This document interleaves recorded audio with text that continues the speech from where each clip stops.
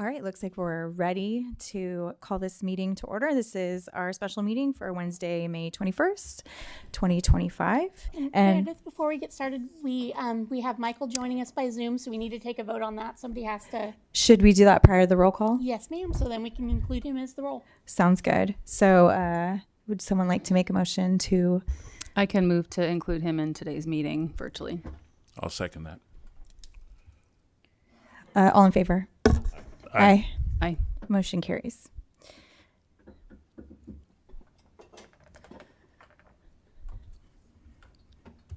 So move to roll call.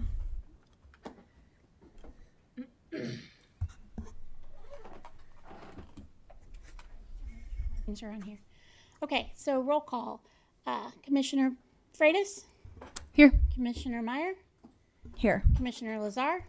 Here. Commissioner Kraft? Here. And Commissioner Benson. Here. Thank you.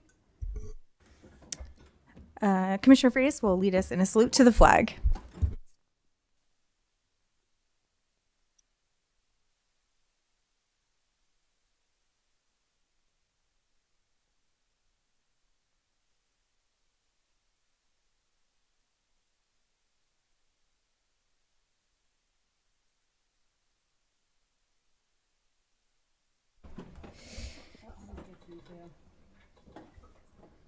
We will move to approval of minutes for the April 23rd, 2025 meeting. I read them and they look good to me, so I'll move approval. I'll second. Thank you. All in favor? Aye. Aye. Aye. Aye.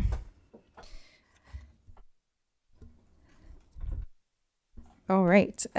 We are going to start with new business. Resolution to remove the parking indentures between 311 G Street and the properties at 3005 G and 611 Harris. Hi, I'd like to just take a moment to introduce you to one of our newest assistant planners, Samuel Grifford, who will be presenting to you tonight on this item. Hello.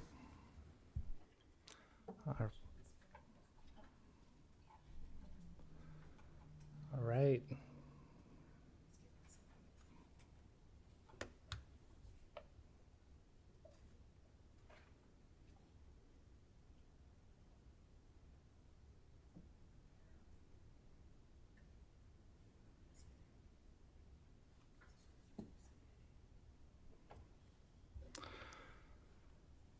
All right. Hello, members of the Planning Commission. I'm Samuel Grifford, Assistant Planner with the city, and so I'm here to present a resolution to remove parking indentures between 3011 G Street and the properties at 3005 G Street and 611 Harris Street. Is it? Oh, okay. So for some background on the situation, the subject properties are all owned by Gay Taroni. 3011 G Street is a residence with a rear alley parking area, and 3005 G Street and 611 Harris Street are both offices. In 2009, 7 parking spaces in the rear parking lot of 3011 G Street were indentured for the other 2 properties to provide parking as required by the City of Eureka Municipal Code at the time. In March of 2025, the owner applied to demolish and rebuild the existing garage at the rear of 3011 G Street, which would expand the footprint of the garage and remove 2 of the 7 indentured spaces. The indentures prohibit any other use of the spaces unless removed, and per the language of the indentures, they can only be removed by resolution of the Planning Commission, which will then be approved by City Council. So staff have determined the only way to build this new garage is to remove the indentures. The indentures, wait, hold on. Sorry, we went a bit far there. The indentures state that they can be removed when the parking is no longer required by Eureka Municipal Code. California Government Code, section 65863.2, prohibits mandatory parking minimums within 1/2 mile of a major transit stop. In 2022, the Humboldt County Association of Governments identified a major transit stop at the Harrison F. Street bus stop, which is about 0.06 miles from the parcels. As the state law has rendered parking minimums at these parcels unenforceable and state law supersedes our zoning code, staff believe this supports the removal of the parking indentures so that the garage at 3011 G Street can be built. So I have this map here. It's the half-mile radius around that nearest stop. So there's the Harrison F stop, and then here's our subject parcels. So they're well within that radius. So our recommendation is for the Planning Commission to adopt a resolution approving the removal of parking indentures involving 3011 G Street, 3005 G Street, and 611 Harris Street as the existing uses comply with current parking regulations. I have a suggested motion on the next slide, but we'll stop to answer any questions the commission may have. Thank you and welcome. Questions for staff?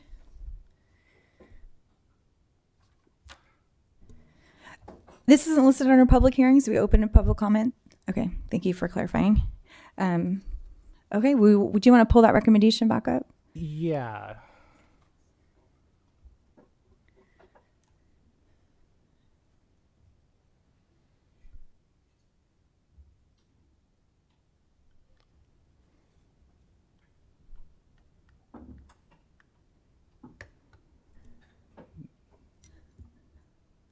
Would someone like to make a motion?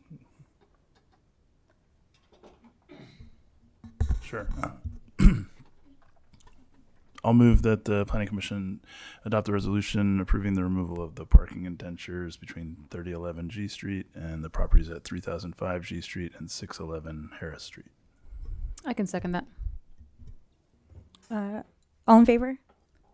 Aye. Aye. Aye. Aye. Motion carries. Thank you.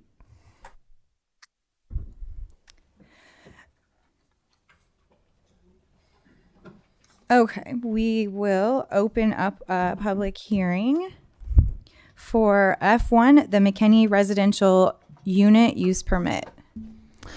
Again, I'd like to introduce you to another new assistant planner, Henry Baker, and he will be presenting to you tonight. And thank you, Caitlin. And good evening, commissioners. I'm Assistant Planner Henry Baker, and I'll be presenting the McKenny Residential Unit Use Permit for 2328 23rd Street for your consideration and approval. Here's a bird's eye view of the project location. The property is located in the inland portion of the city, near the intersection of Boone Street and Harrison Avenue near St. Joseph's Hospital. Zooming in further, we can see the zoning districts within the area. The property is located within the Hospital Medical District and borders residential low and public facilities districts. The property is a 0.27 acre interior flag lot located on the south side of 23rd Street and is outlined here in yellow. 23rd Street dead ends approximately 150 feet west of the property at a Gulch Greenway associated with 2nd Gulch. The site includes one structure currently under construction, outlined here in blue. The applicant intends to use the front 1,930 square feet for medical offices and a rear 458 square foot space as a residence, outlined here in red. Current uses in the neighborhood consist of residences to the south and medical offices to the east and west, and the Sheriff's Woodlot and Eureka Dog Park are located to the north. Here's the floor plan provided by the applicant showing the residential unit. The residence, again outlined in red, has all the amenities of a 1-bedroom, 1-bathroom apartment, including utilities, living space, a kitchen, and a stacking washer-dryer. The applicant's intent is to rent living space to medical professionals in the area and establish an overnight presence on 23rd Street.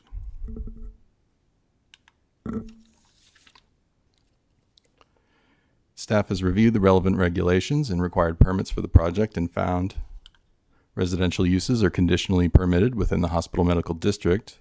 Therefore, a conditional use permit is required. The site is exempt from design standards because the medical offices are excluded. The site is also exempt from design review because the site does not have a street-facing facade, and the project is categorically exempt from CEQA under a Class 32 infill development projects exemption. To approve the conditional use, there are 5 required findings for approval that 1. The proposed use is consistent with the general plan, zoning code, and any applicable specific plan or area plan adopted by City Council. The site is suitable for the size, design, and operating characteristics of the proposed use. 3. The proposed use will be compatible with existing and planned uses in the vicinity of the property. The proposed use will not be detrimental to the public health, safety, and welfare. And 5, the proposed use is properly located within the city and adequately served by existing and planned services and infrastructure. Staff believes all the required findings to approve the conditional use can be made and are included in the staff report. And for these reasons, the recommendation is to hold a public hearing and adopt a resolution finding the project as exempt from CEQA and conditionally approving the application. I have a suggested motion when you're ready, but we'll stop sharing until then. And the applicant and I are here to answer any questions. Thank you. And welcome as well. We'll open it up for questions for staff. Just want to confirm, I think in the staff report, the building's under construction currently for the entirety, but it would be basically built out for the residential unit if this were approved. That is correct. Okay.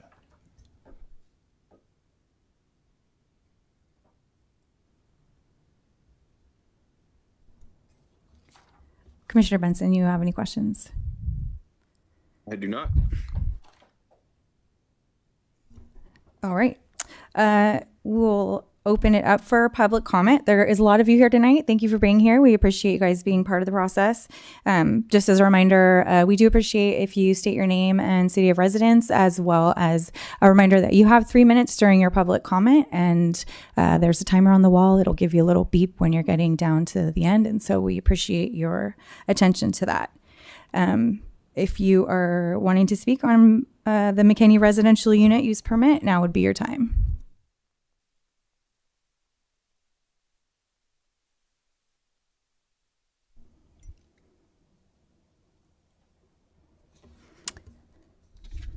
Okay, looks like we're clear on Zoom as well. Nobody up for Zoom. If anybody on Zoom wanted to participate in this public hearing, you would raise your hand on Zoom. Not seeing anybody. All right, we'll bring it back to the commission for a motion and discussion. Would you bring the suggested motion back up on screen? I can make it, and if we have discussion about it, I guess we can make it after I make it. I move the Planning Commission adopt a resolution finding the project is exempt from CEQA and conditionally approving the McKenny residential unit use permit at 2328 23rd Street. I'll second that. All in favor? Aye. Aye. Aye. Aye. Aye. Motion carries. All right, moving along to F2, Sunset Heights Parcel 1 Design Review Modification.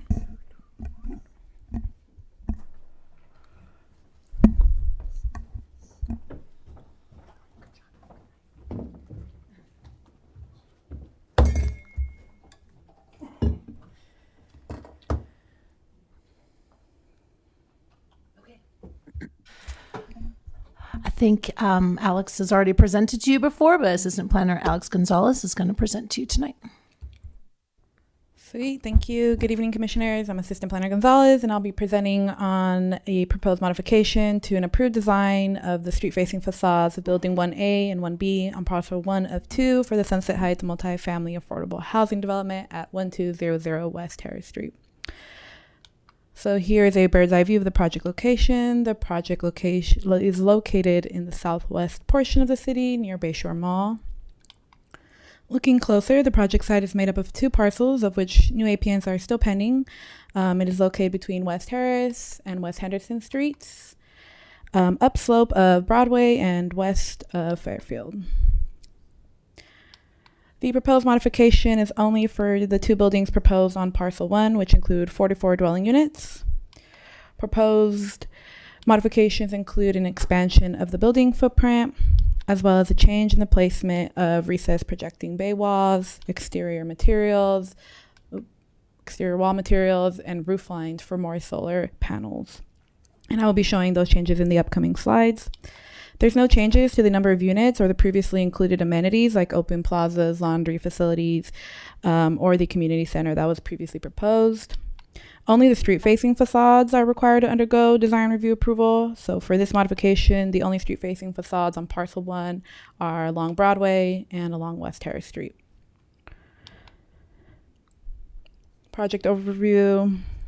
We just went over that. The project received design review approval for the Planning Commission in December of 2024, and under Eureka Municipal Code Section 155-420-080, the project that undergoes a major change after receiving approval must return to the original review authority for approval for the proposed changes, which is why Planning Commission is conducting the review instead of Design Review Committee. And in this case, the proposed modification qualifies as a major change because there is an expansion in the size of the structure beyond what was originally approved. So here's the originally approved site plan. Although design review is only concerned with street-facing building facades, I would like to show the change in footprint to ensure that you're aware of that. And circled in pink are the two buildings that are being modified. So here's the proposed site plan. The building footprint of Building 1A closest to Harris and outlined in blue is increasing from 34,500 square feet to 37,950 square feet. And the building footprint of 1B, outlined in yellow, increased from 6,100 square feet to 7,985 square feet. This increase in footprint did not impact the project's consistency with setbacks.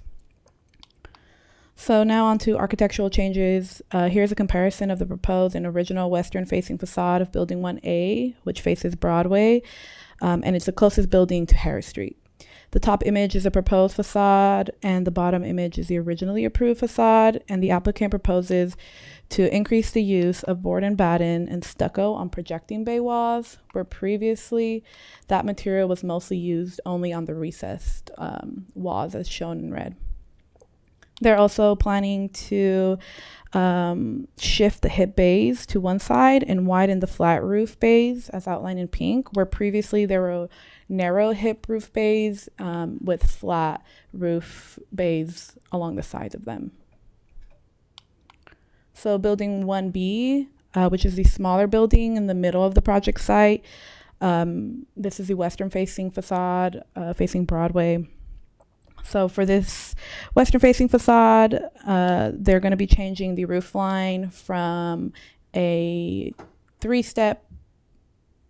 they're proposing to do a 2-level step roof line where previously there was a 3-level step roof line, as outlined in red. And lastly, for the southern-facing facade of Building 1A facing Harris Street, the applicant proposes to remove the use of cement plaster and replace it with vertical board and batten, as pointed out in orange, where previously cement plaster was on the outer edges, as pointed out by this red arrow. They also propose to add flat and shed-like roof lines to the center of the building, where previously there were hip bays with flat roof bays on either side. So to approve a design review modification, the Planning Commission must find that the proposed development will not be detrimental to public health, safety, or welfare, or materially injurious to the properties or improvements in the vicinity, as well as the proposed project complies with all 7 design review criteria in Eureka Municipal Code Section 155-412-040J, which is a design review criteria. So our recommendation, based on the information presented tonight and the analysis in the staff report, the findings can be made to support the proposed modification to the approved design of the street-facing facades of Building 1A and 1B. Therefore, our recommendation is to hold a public hearing and adopt a resolution finding the project modification exempt from CEQA and approving with conditions. And we have a suggested motion, but we'll wait for discussion and questions.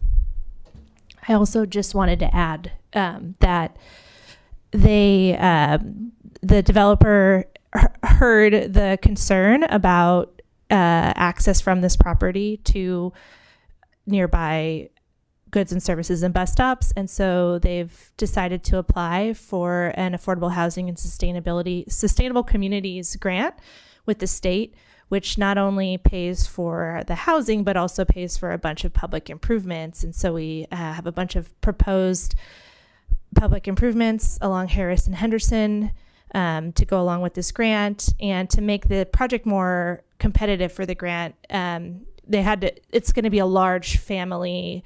That's the category they're applying in. So that's hence like larger unit sizes and the larger footprint.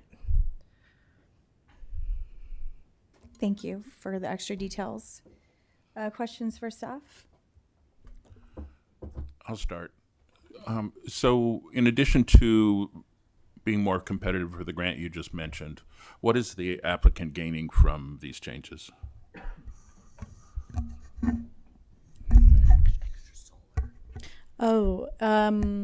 They're also changing the roof lines to be more flat. Previously, there were more angled roof lines, so they're increasing the area for solar panels.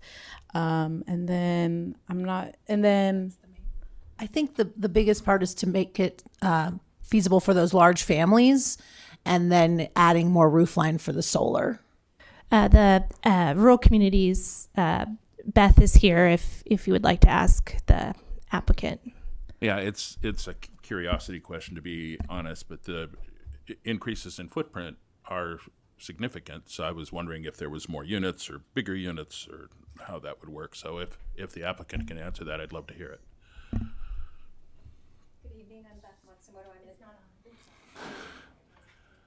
Thanks. Good evening, I'm Beth Matsumoto. I'm the Director of Multifamily Development with Rural Communities Housing. We changed the unit sizes to be 3 bedrooms because there's an incentive through the ASIC program for the 3-bedroom units. There's also a need for large family, low-income housing in that neighborhood. So it was incentivized, and it was also to meet a need. Thank you. That sounds good.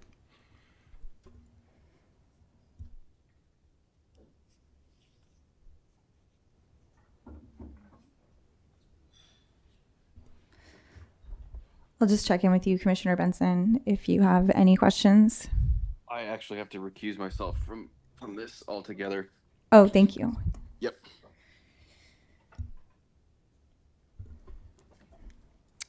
Okay, we will open it to public comment, and you're welcome to be first if you'd like, if you have something you'd like to say. One moment. Commissioner Benson, can you please inform or state what your conflict is, why you're recusing yourself for the record? Gold Rush Coffee and Green Rush Cannabis Co. Within 500 feet of this building. Thank you. Does Commissioner Benson need to turn off his camera? No. But Commissioner Benson, I just recommend you turn off your camera just so that you don't make any faces that could be perceived. Okay. I would just say that we're grateful for the opportunity to partner with the city on the Affordable Housing and Sustainable Communities grant program. It will bring in much needed safety improvements for Harris, as well as transportation improvements. City staff and Humboldt Transit Authority, as well as other community partners, have been working really hard to put in this grant. So we just want to say thank you very much. And I guess that's all I have to say. Thank you.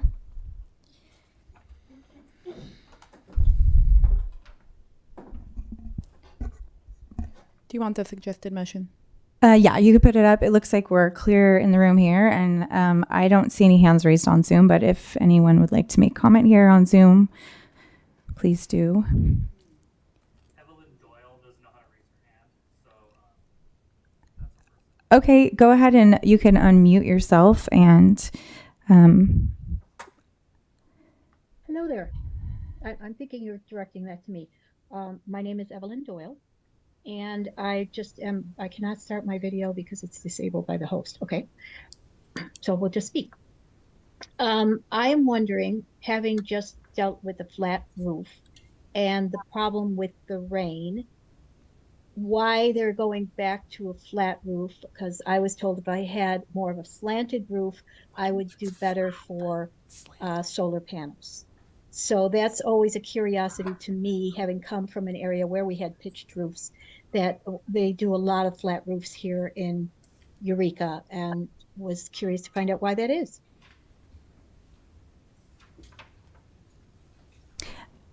Thank you. This isn't a question and answer, just to clarify. So this is just a public comment, but you're welcome to reach out to the applicant to get more information, Evelyn, if you'd like. All right, we'll bring it back to commissioners for a suggested motion and any further discussion.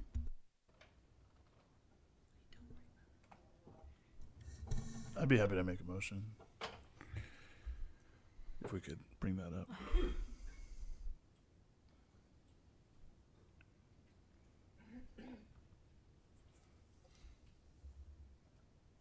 So I'll move that the Planning Commission adopt a resolution finding the project modification exempt from CEQA and conditionally approving the revised street-facing facade designs for buildings 1A and 1B on Parcel 1 of the Sunset Heights Affordable Housing Development.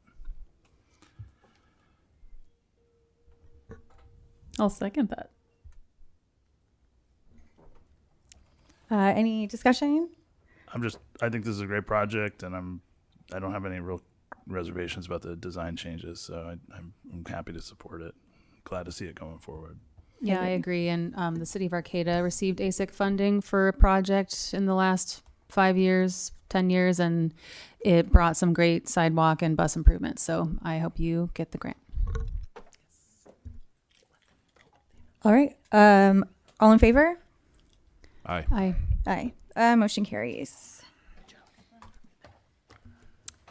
All right, we are moving to F3, Gulch and Greenway Overlay Zone and associated municipal code updates. I have to recuse myself as I live in the overlay zone, but I am going to join the audience as a member of the public and reserve my right to make comment if needed.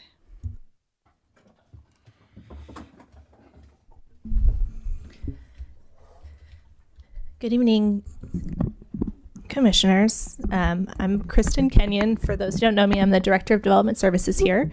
I'm going to be doing this presentation. So,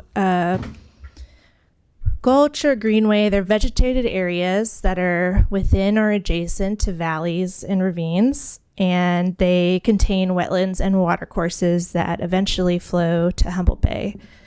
If you look at an aerial image of the city, they're the green fingers that are cutting across and disrupting our street grid. This map shows the city boundary in a black dotted line and the coastal zone in light blue. This planning effort is focused on the portion of the Gulch Greenways that are located outside or inland of the coastal zone boundary, within the incorporated city of Eureka.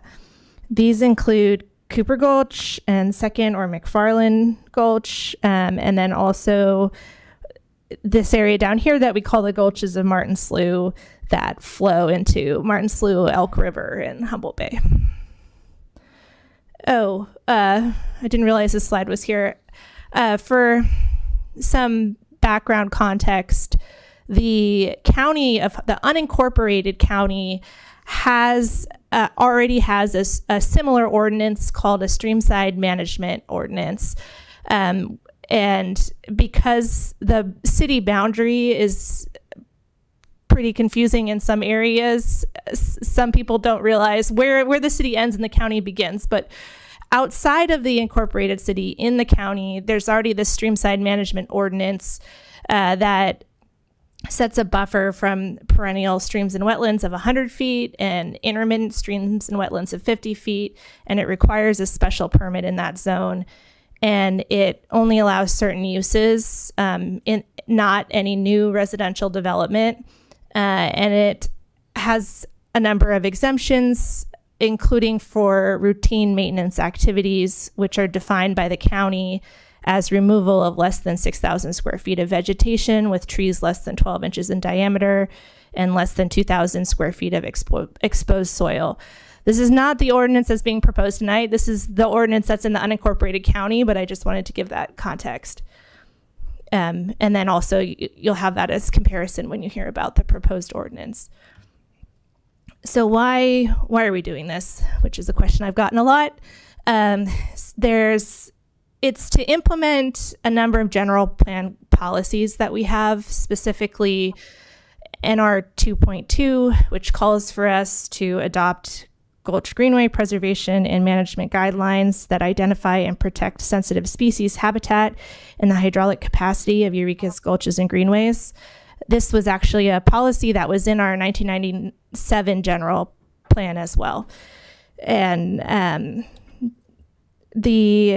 when we went to adopt our 2040 general plan in 2018, we also adopted an environmental impact report that found no significant impact of the planned growth of the city through 2040 on wildlife movement, riparian habitat, sensitive species, and biological resources.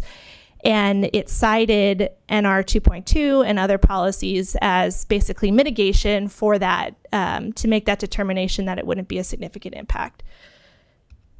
Also, more recently, and the immediate reason that this is being prioritized is because City Council, in their 2023-2024 strategic vision, set adopting a Gulch Greenway ordinance as a 2-year goal. So why adopt local standards? This map shows that the majority of the land in the city's gulches and greenways is zoned residential, and most of that is single-family residential, or R1.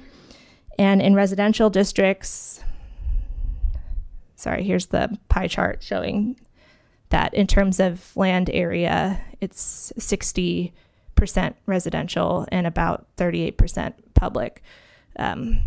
So in residential zoning, development is allowed by right with a building permit if it's consistent with objective code standards, and the current inland zoning code includes no standards that afford special protections to wetland streams and riparian habitat, and no standards that limit development on steep slopes.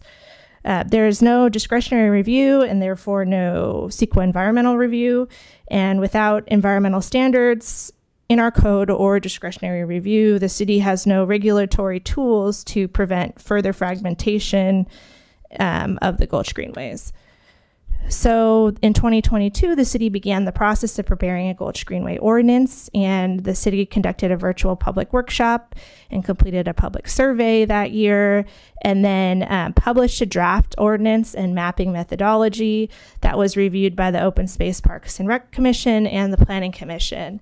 At that point, so 554 people took that 2022 survey, and because we mailed notice of the survey to Gulch Greenway property owners, 41% of the respondents ended up reporting that they were people who lived and or owned property on a Gulch Greenway within city limits. The survey included a list of benefits provided by the city's Gulch Greenways, and people were asked to select the benefits they found the most valuable.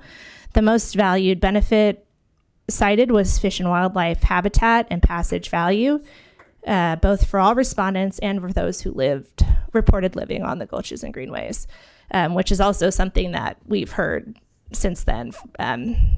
People like to tell stories about what animals they've seen on the gulches and greenways. So the other, we also asked, what do you find most concerning? And there was a list of different things, and concerns about fragmentation and loss of the Gulch Greenways due to encroachment from development was the second most popular choice. As you can see, illegal dumpings and encampments was the most popular, and then crime and public safety was the third, and those can't really be effectively addressed through development regulations and need to be addressed through other means. The 2022 draft ordinance did not allow for any new residential development in the Gulch Greenway management area. And when we were doing the mapping and analysis of it, we realized that 65 of the parcels in that mapped area were parcels that were identified in our housing element as being available and ripe for housing development to meet our regional housing needs allocation. So this caused us to pause and rethink the ordinance to ensure it doesn't reduce residential capacity inconsistent with state law. The effort began again when City Council adopted this, wanting us to complete the ordinance as part of their strategic vision, as I mentioned before. And then we hired a consultant, Ben Noble, to help us draft the ordinance. And we held a special study session with council in October of 2024 to get new direction on the mapping and the language in the ordinance. And a revised ordinance was published in March of this year, and we mailed notice to implicated property owners and emailed our Gulch Greenway mailing list. And then we had, we presented the draft ordinance at the Open Space Parks and Rec Commission in March. And now it's coming to Planning Commission. So what we discussed with council back when we were reimagining the ordinance was just how difficult it is to accurately map the gulches and greenways at a citywide scale. And in particular, site-specific stream and wetland investigation at this level is just infeasible. So instead, the approach was to create an overlay zone that applies to parcels that's used as a screening tool, triggering site-specific evaluation when development is proposed. So we hired a GIS consultant who mapped 20% slopes, areas below the break-in slope, and a uniform 100-foot buffer upslope of the break-in slope. And any parcels that's showing the 100-foot buffer, any parcels that intersected with this mapping were included in the overlay. While the mapping overlay applies to parcels, the ordinance includes a textual definition of the Gulch Greenway Management Area, or GGMA, which is a subset of the overlay where additional permitting requirements apply. The Gulch Greenway Management Area is defined as places that have slopes of 20% or greater, wetlands, stream channel and 500-year floodplain, and riparian habitat to the edge of the riparian drip line, and a buffer of 100 feet from wetlands and 50 feet beyond the edge of the riparian drip line or break-in slope, whichever is greater. So in this picture, you can see the break-in slope, and there would be a 50-foot buffer beyond that to create the Gulch Greenway Management Area. There's one big caveat in this definition. The GGMA does not include an improved outdoor area or the footprint of a legally established structure. So while the GGMA definition includes a 50-foot buffer from beyond the break-in slope, what we see a lot of in the city is parcels that have been developed right up to the break-in slope. In this case, there would be no 50-foot buffer. The improved yard area would not be included in the GGMA. All right, so for different types of development, and whether you're in or outside of that defined GGMA area, there's different permitting requirements outlined by the proposed ordinance that go from no permit to zoning clearance, which is a staff level review as part of the building permit, no extra time or cost, or grading permit, unless no building or grading permit would be required, and then they would have to pay a small fee for the zoning clearance. But it's administrative, and you're just looking at whether it's consistent with objective standards, and if so, you approve it. Whereas the minor and conditional Gulch Greenway permits, they're discretionary permits that involve public noticing and a hearing for the conditional one and a hearing if requested for the minor one. So outside of the GGMA area, most things would be permitted by right or would require a zoning clearance, which would be referred to California Department of Fish and Wildlife for comment. And those areas would also have to follow the overlay standards. Within the GGMA, different types of development need either a zoning clearance, a minor conditional Gulch Greenway permit. There are a few things that would be also permitted by right, like invasive species removal, CDFW referral, and follow the overlay zoning standards. And because a minor or conditional Gulch Greenway permit is a discretionary permit, that would trigger CEQA as well. So the proposed findings for the Gulch Greenway permit are that the project complies with the standards, it minimizes and mitigates impacts to fish and wildlife habitat and movement corridor values to the extent feasible, minimizes risk of damage to development both on and outside the subject property from erosion, flooding, and fire hazards, and protects the water quality and hydrology of Humboldt Bay and its tributaries. So in addition to setting up definitions and permitting processes and requirements, the overlay regulations, like I mentioned, they include standards that mostly just reference other parts of our code where the standards already exist.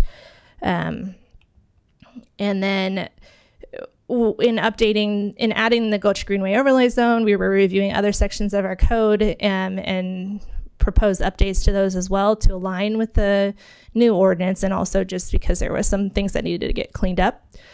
So the building code includes this site erosion control section of the building code is basically our grading regulations.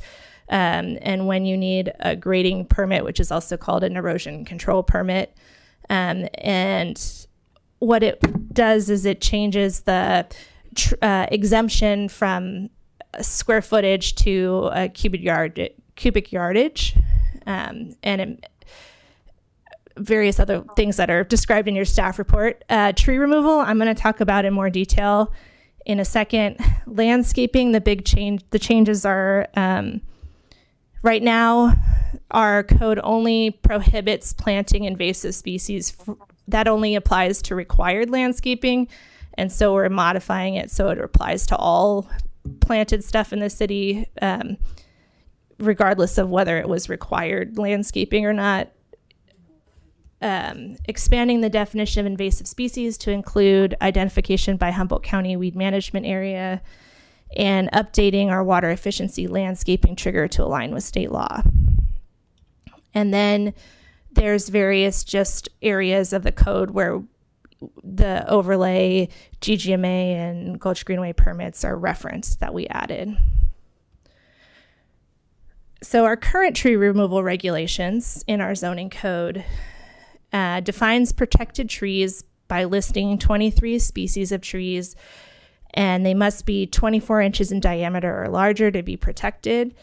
And a tree permit is currently required to remove 5 or fewer protected trees. And a conditional use permit is currently required to remove over 5 trees in 10 years or for commercial timber harvest. And we found that the conditional use permit findings, which you saw earlier in this meeting, are better for when you're proposing a use of a building, and they don't really apply very well to tree removal. There's currently exemptions from these requirements for a tree removal permit or a conditional use permit. Any number of trees can be removed by right if they're within 15 feet of the footprint of a proposed structure or within the boundary of an associated access road with a zoning clearance under an approved building permit. So right now, if somebody comes in to a vacant lot and they want to construct a home, they can remove any number of trees needed to construct that home in their access road, and they just need a zoning clearance. And it doesn't count towards their 5 trees for the tree permit or anything like that. There's no review of it. Also, any number of trees can be removed by right now if an arborist or a registered professional forester says they are hazardous or hinder sunlight to solar energy systems with a zoning clearance. Under the proposed amendments to the tree removal regulations, we'd be going from a list of tree species to any tree native to coastal Northern California. Outside the GGMA, the 24-inch diameter would stay the same. Inside, we're proposing a 12-inch diameter consistent with the county's streamside management ordinance. Outside the GGMA, permitting would be the same as before, except we wouldn't be doing conditional use permits anymore. It would be a discretionary tree removal permit with its own unique findings.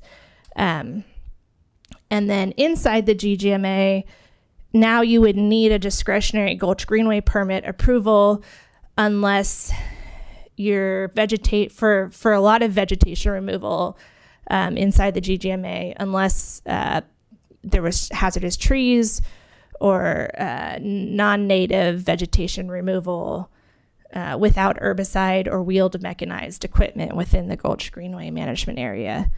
And there's a nesting bird survey provision, which is not new. That's in that tree removal section. So the adoption process tonight, if Planning Commission moves forward to make a recommendation to council, then council, we would be noticing the council meeting public hearing basically tomorrow. We'd be sending out notice for them to vote on introducing the ordinance on June 17th. And then if they do in fact do that and introduce the ordinance, then we would tentatively be scheduling the vote on adoption for July 15th, because the July 1st City Council meeting is likely going to be canceled. The notice of the Planning Commission hearing was published in the Times Standard and on the city website and bulletin board. It was sent to the Gulch Greenway email list.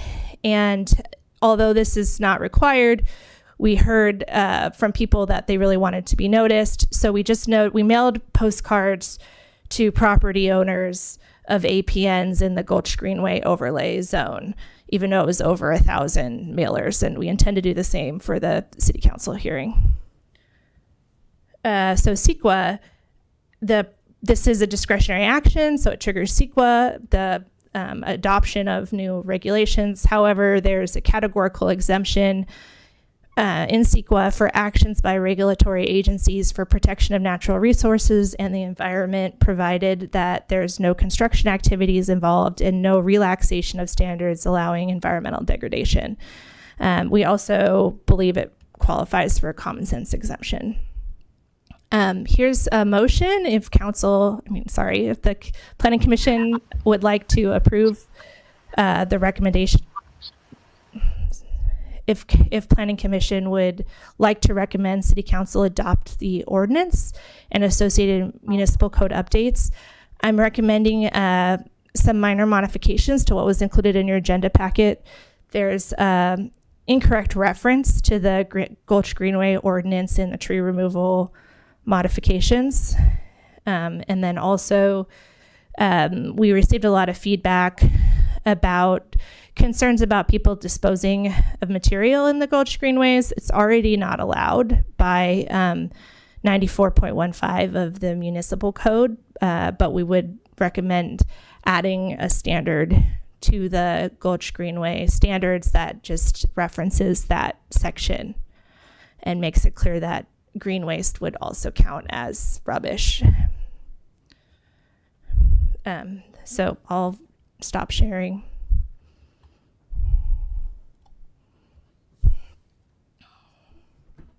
So I suspect several of us will have questions.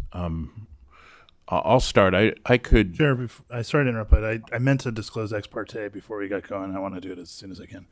I was contacted by a member of the public, Mr. Kelly Martin, and he had questions about the ordinance and has property on O Street, and I encouraged him to attend tonight's meeting, and that was pretty much the thrust of our conversation. So I just wanted to get that on the record.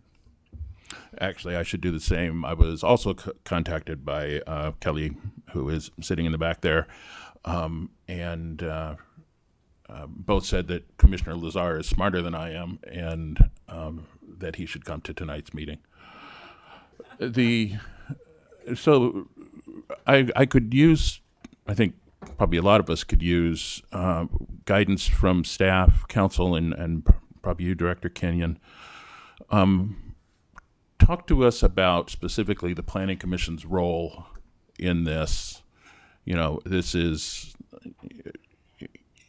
as the actions before us, before this item or tonight, you know, something comes up, we apply code, we listen to staff, take input from the public, and make a decision or recommendation. How similar is that to this? I mean, I would just confess that as a planning commissioner, I probably would act differently and think differently and ask different questions than if I was on city council. And so talk about that both for my help, but also for everybody in the room. Sure. So whenever there's a proposed amendment to the zoning map or zoning code, which is what we have here, that's a legislative change. And so it's up to city council to make the decision on that. Planning commission really just makes decisions on quasi-judicial hearings where you're applying existing rules to a specific case. This is crafting new rules, so it's council's decision. The planning commission, though, in your capacity as experts on the general plan and zoning code, you're here to make a recommendation to council. And so you have the options to recommend that they adopt it or adopt it with modifications or deny it. And regardless of what recommendation you make, it will bring it to council for their decision and will report on what your recommendation was. And then in our zoning code, there's findings for approval of zoning and map amendments, which I should have put in the presentation. The proposed amendment is consistent with the general plan and any applicable specific plan or area plan, of which there are none for this area of the city.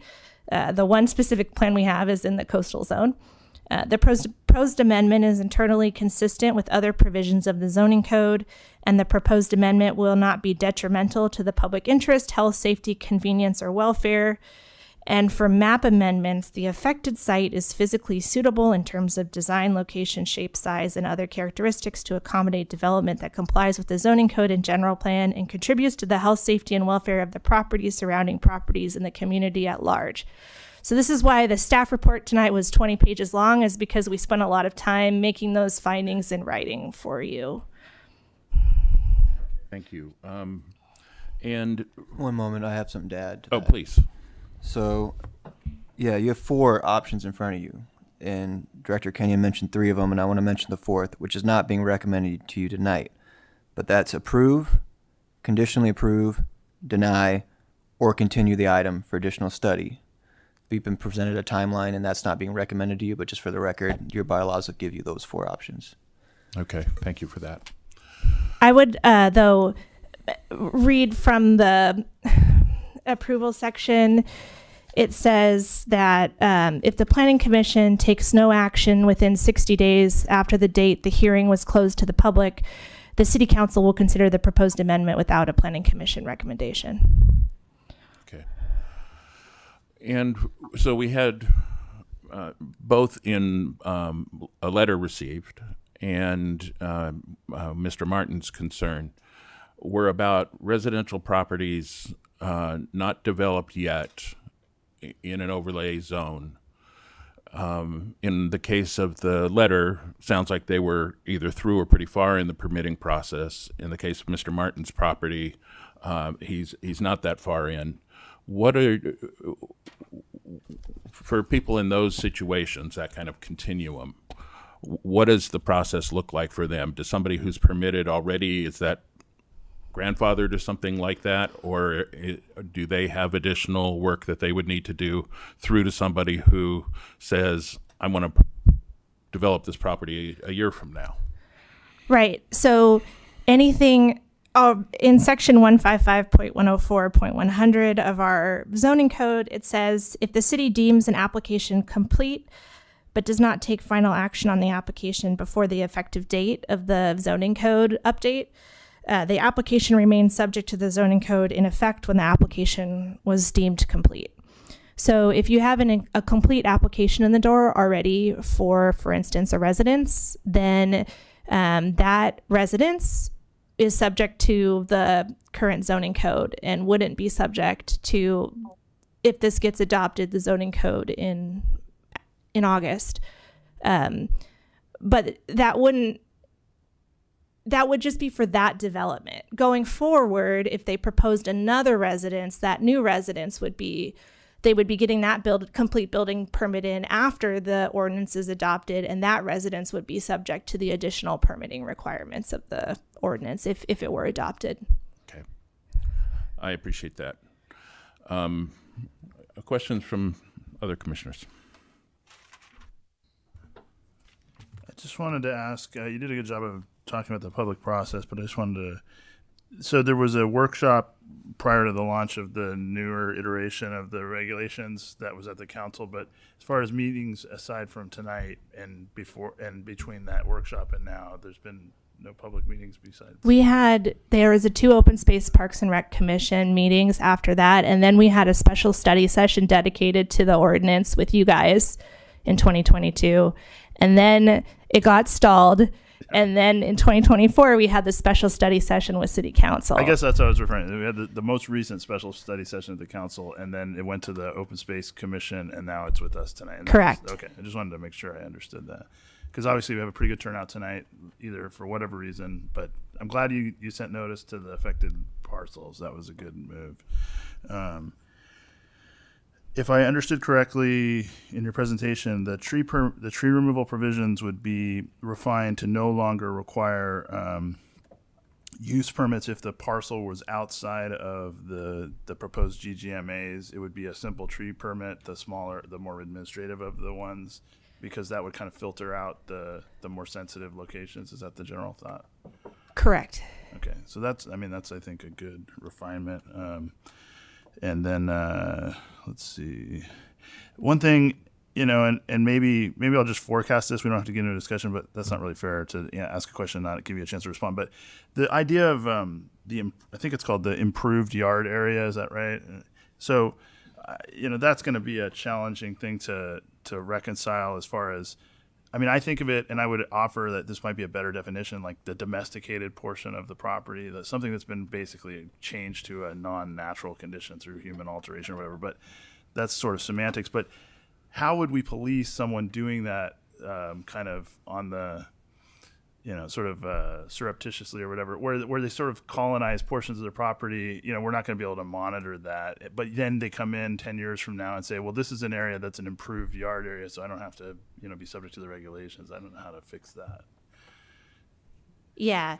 And we did get a public comment about potentially adding something like at the time of ordinance adoption to it, which but that'd be so hard to know what that is. Yeah, if they had the problem is not a problem. The great thing about Eureka is we have these giant tree canopies, but that would make it really hard to use aerial imagery in some areas. And so I would recommend too that people take pictures of their yards. I'm almost reminded of like the cannabis growers, like prove that you had this domesticated condition at the time of the ordinance adoption, so that we don't have to, be looking for evidence of that in the future or wondering how. But that's just something I noticed. So I think we have a lot of people here to speak. I don't want to take too much more time up. So that's all my questions for now.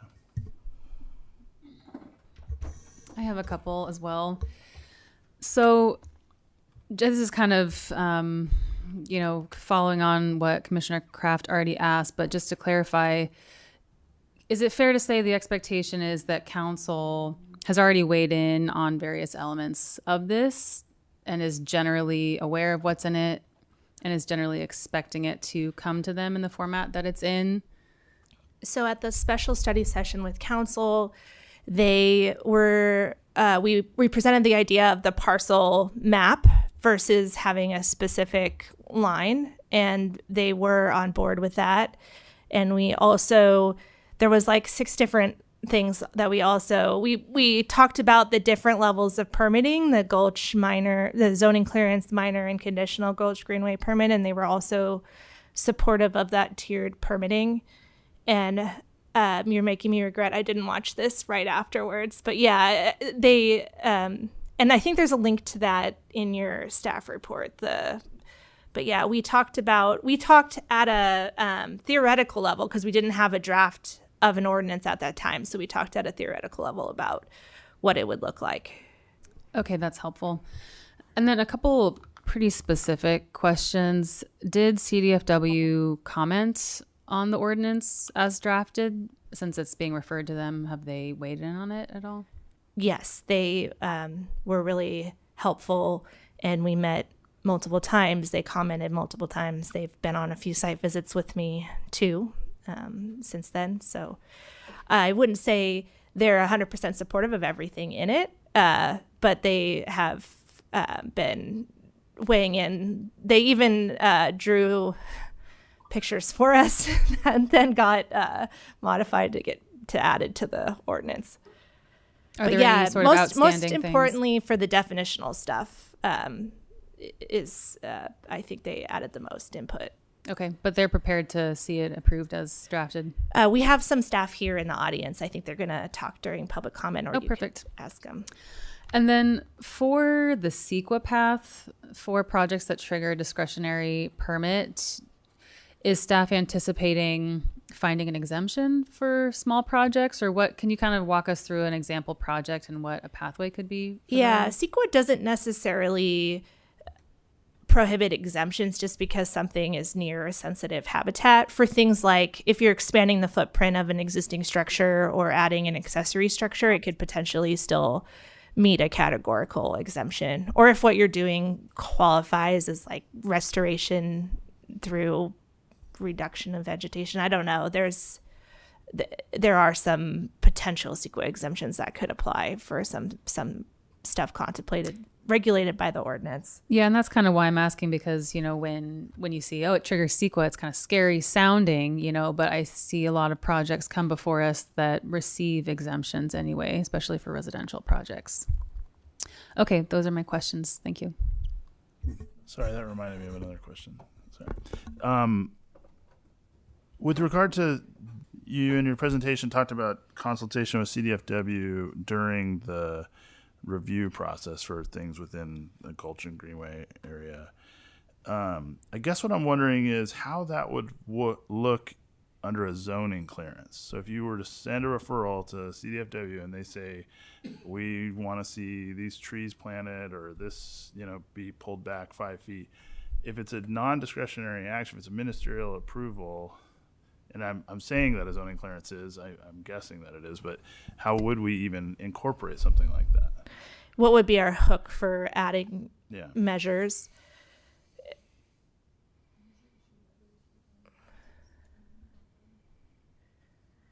I think what I was more contemplating was getting their help in certain situations to just ensure that we have the right edge of the Gulch Greenway management area. Since they're local and they're so willing to go on site visits, I was hoping that that could potentially be a way to avoid having to, in certain cases where it's really obvious where the edge is and we can come to agreement about that in the field, then certain people won't have to do, you know, detailed studies to determine where their wetlands and slope and things are. And I think that's fair. I mean, as someone who works with them professionally, the local staff are very willing to be involved in project level review and help, you know, broker solutions. So while we might not be able to, you know, fundamentally require things, I think that is a fair use of their resources. And also, couldn't it be used to make sure that when we're trying to apply the standards that would apply to all not discretionary and non-discretionary things, that we're correctly applying them? Right. Like we added a caveat for if you're just doing like spot application of herbicide, you know, so I could see them like going and or just checking that that's what is happening, and therefore it is exempt. Okay, and I think there was just one other. Yeah, I guess. Yeah. Okay. I think that's it. Commissioner Benson, do you have any questions? You know, I think I want to reserve my questions to the end. I want to hear more so what public comment, and then also was informed that we do have CDFW members for public comment as well. Maybe they can answer some of my questions. So I want to go ahead with public comment. All right. That sounds like a transition. So this is the time for public comment on this item. I want to tell you two things and then ask one favor. Public comment is limited to 3 minutes. There'll be a yellow light at 2.5. So at that point, you've got 30 seconds to wrap up. We've got a lot of people, so I will gently enforce that.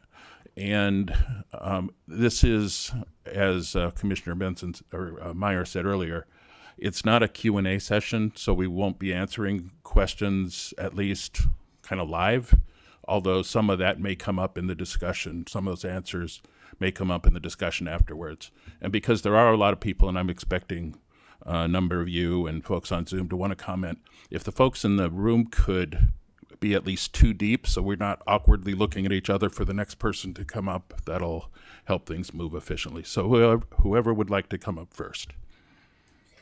And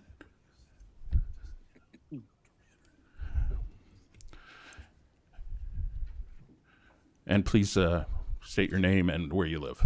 I'm Bill Barnum. Is this on?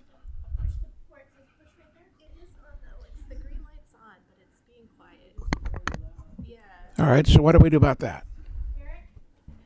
Derek, the green light's on, but it just seems quiet. Ah.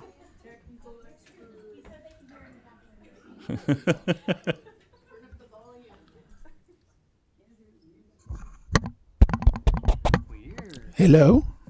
Weird. Would you like me to speak loudly?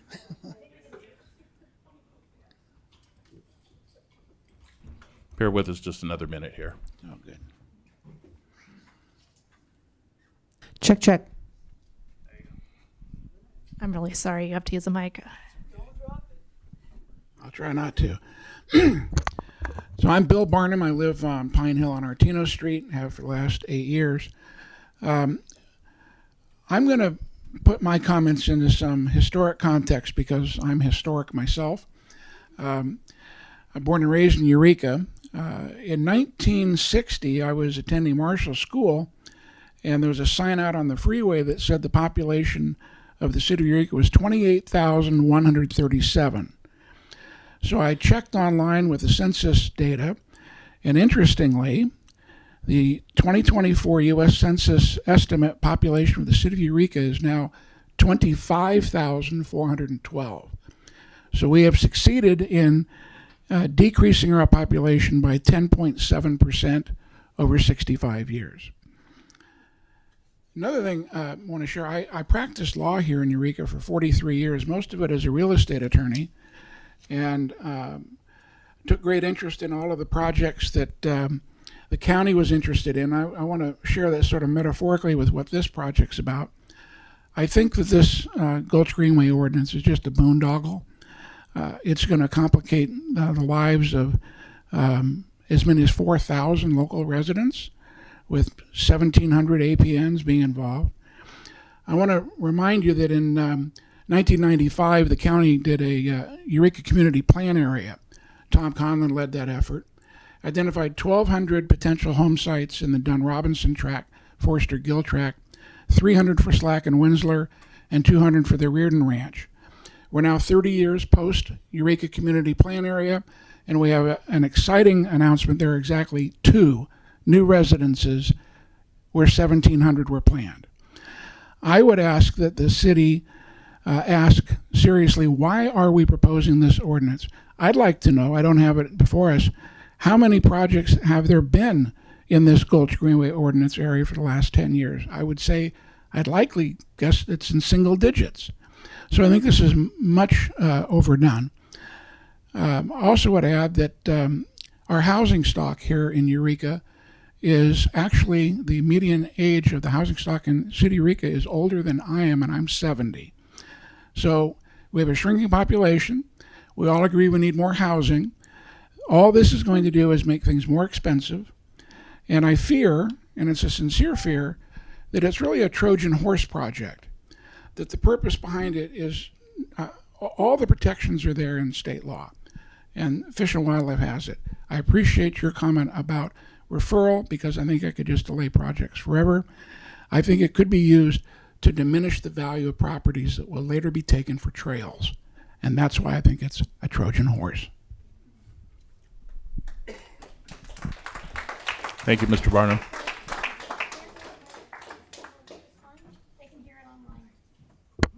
Check, check.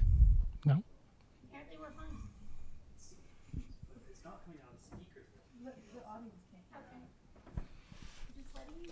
So what do you want me to do? No, I don't think that's a good idea. Just the one. Yeah, then I'll turn this off. Good evening, commissioners. My name is Steven Santos, Eureka resident. My opinions are based on my understanding of what I've been reading, and just so I'll admit, I might be wrong in how I'm interpreting it, but here are my thoughts.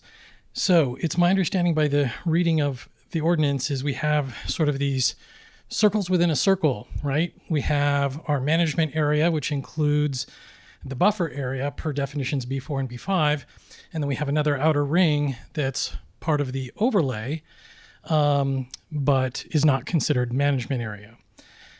The overlay was described as being a screening tool where it starts the process to see if we're in the management area. But then when I look at table 224-1, there's another column in there saying, hey, we're regulating activities and requiring permits that are in that outer ring that aren't part of the management area. And that's the part that I object to. I don't understand why that is being proposed. It doesn't appear to be any findings in the resolution justifying that, and the definitions in the ordinance don't appear to define that outer ring as being part of the Gulches and Greenway. So I'd ask that to be examined and to see if that second column should be removed from that table. As an alternative, my next point is moot if that column's removed, and that has to do with the definition that Commissioner Lazar brought up having to do with improved outdoor area. That just exempts improved outdoor areas from the management area. But if my reading of the table is correct, even if you're in an have an improved area, you're still going to be subject to additional regulations and permitting requirements. So as a potential fallback, if you're not willing to consider or recommend to the council that they consider removing that other column, beef up the exemption provided by that section for improved management area to exempt it out of all of the regulations in the ordinance. And I'm happy to see the addition of the clarification for rubbish. That's good.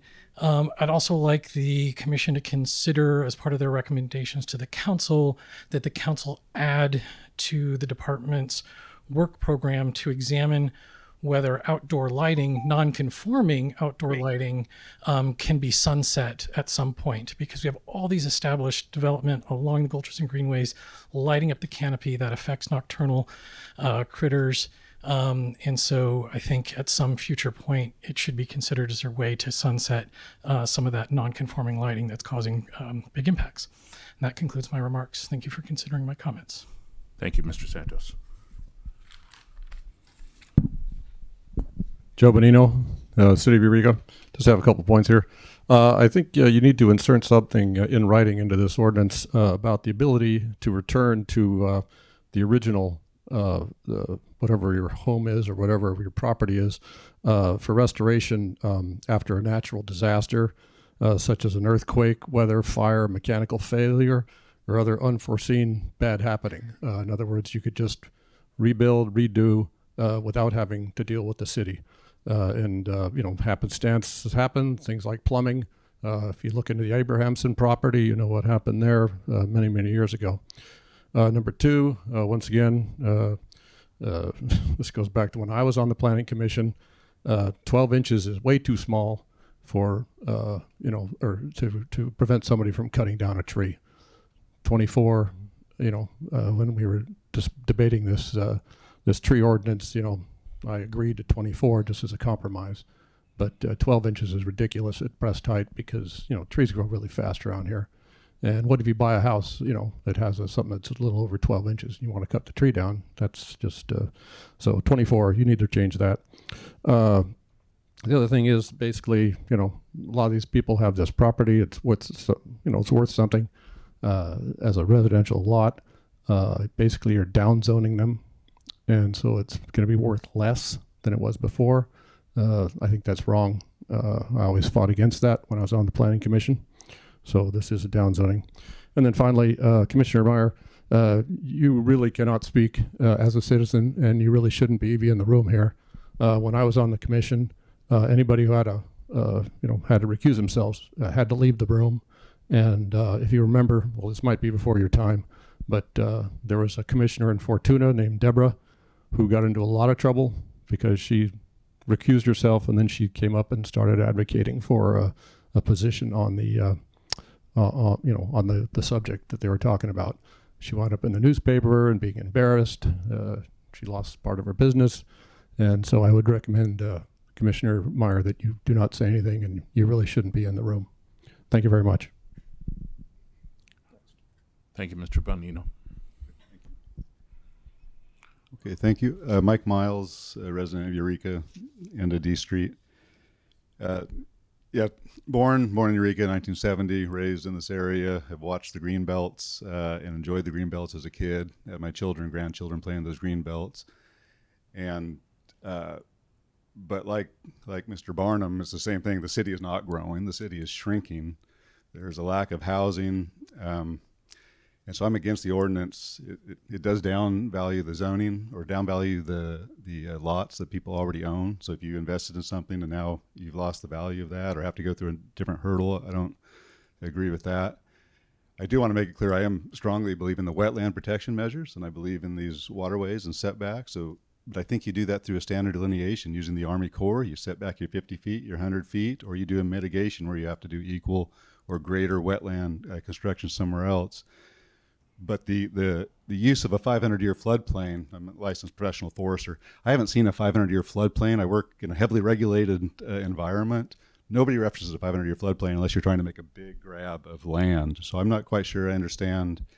Is it a setback off the 500-year floodplain off of the wetland? And a lot of wetlands don't have floodplains, so I'm not sure how that functions, or if that's just establishing the bigger area that we're looking within. But again, let's focus on the wetlands and delineating those and then putting reasonable setbacks on those or mitigation for that. But these other things, yeah, the 12-inch tree, that's what really, and I submitted a letter the 13th of this month. I hope you get a chance to read it.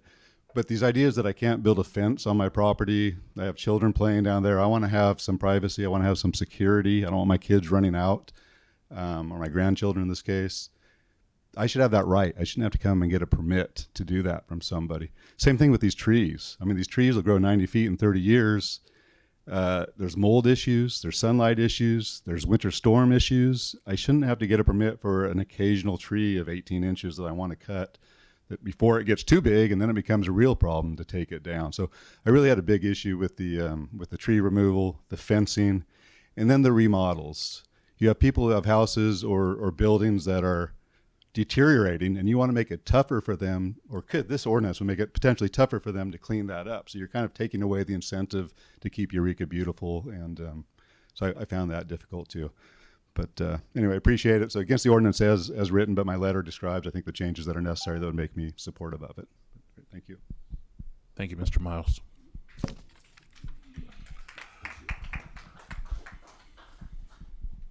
Hello, Commissioners. My name is Lawrence Kluk. I'm an owner of 6 lots along the golf course in Eureka. It's approximately 9 acres. I've owned it for more than 30 years. I've gotten permits twice and never developed the roads. We bought the properties. They were all bought in individual lots. It was subdivided in 1960 by Bill Thompson. We bought the lots separately from different owners. We've raised timber on that for 30 years. We've logged it 3 times. We may want to continue to log it. We won't be able to do that. They are separate parcels. We share a roadway with the golf course. The roadway's been in existence for 30, 40 years. And I'm here to exhaust our administrative remedies as suggested by the notice that I received from the city. I'm asking that we and other parcels be exempted from the Greenway plan. Currently, we have permits from the city of Eureka, and it's just to build the road, just to put in the infrastructure. It's not to subdivide. And we have permits for the city of Eureka, permit by the Army Corps of Engineers. We received that twice because it expired once. We've got a permit from State Water Quality, permit from the North Coast Regional Water Quality, construction site erosion control plan, wetlands delineation plan, and the project has been signed off by PG&E. why do we need to come in and get another permit? That it's just going to cause more expense, and I can see these organizations are going to come back in. These organizations are going to come back in and require us to go through this permitting process again. So I'm asking that certain properties be able to be exempted from this Greenway plan. We've logged this property 3 times. It's growing. It's still heavily forested. We want to keep doing it until we actually build houses on it. So I'm asking the city, there should be some way to exempt certain properties from the Greenway plan. The city has a lot of property. It should be limited to the city's property. They own all the property beside me.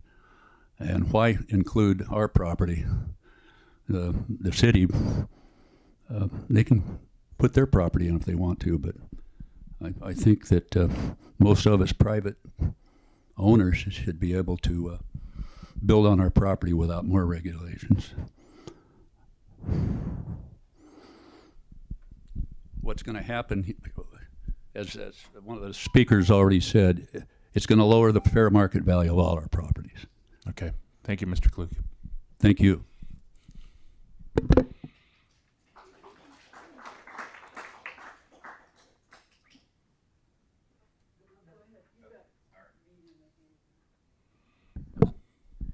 Hello, my name is Arvin Law. I live in Cooper Gulch. I've lived there with my family for 20 years. I've lived in the Eureka area for 51 years and enjoyed my area, my neighborhood where I live. I make house payments every month on property that I own. You guys are placing an overlay that goes right through my house. You guys are enforcing rules and laws that don't exist on my property since I purchased it. That infringes on my right as a property owner to develop it, to repair it, to maintain it, and to choose what I plant or don't plant on my property. That is not fair, and that is incorrect. As echoed, I'll echo my fellow citizens that spoke on various things. There are already laws in place that take care of a lot of the things and address a lot of the subjects that you guys are trying to put into another format that's going to cause more paperwork, more requirements, and more subjective rules against those of us that own properties in these greenways. And I disagree. It is not correct. I live in already an improved area, sidewalk, street. You guys show a typical section that doesn't apply to my property. You're devaluing my property and those around us subjectively and arbitrarily. And that is unfair. And that is not right. You can see that I'm upset. This is what you're doing. There are already rules and regulations in place. Why do we need more rules and regulations in place? We take care of our neighborhood. We do things to improve our neighborhood. We clean up our neighborhood. We don't allow for abuse of our neighborhood without reporting it to our local authorities to help to keep it clean. I've been here several times when we have issues and we bring them up. We're responsible citizens that own our land. Please leave us alone. Thank you, sir.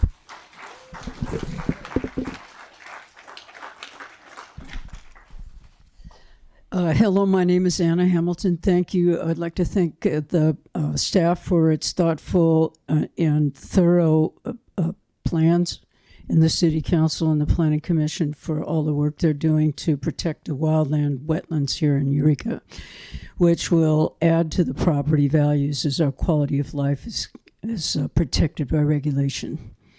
I'm here to propose integrating a fire hazard reduction plan in your trail management long-term planning by integrating the Humboldt Fire Safe Council's ability to secure grants for maintenance and vegetative removal.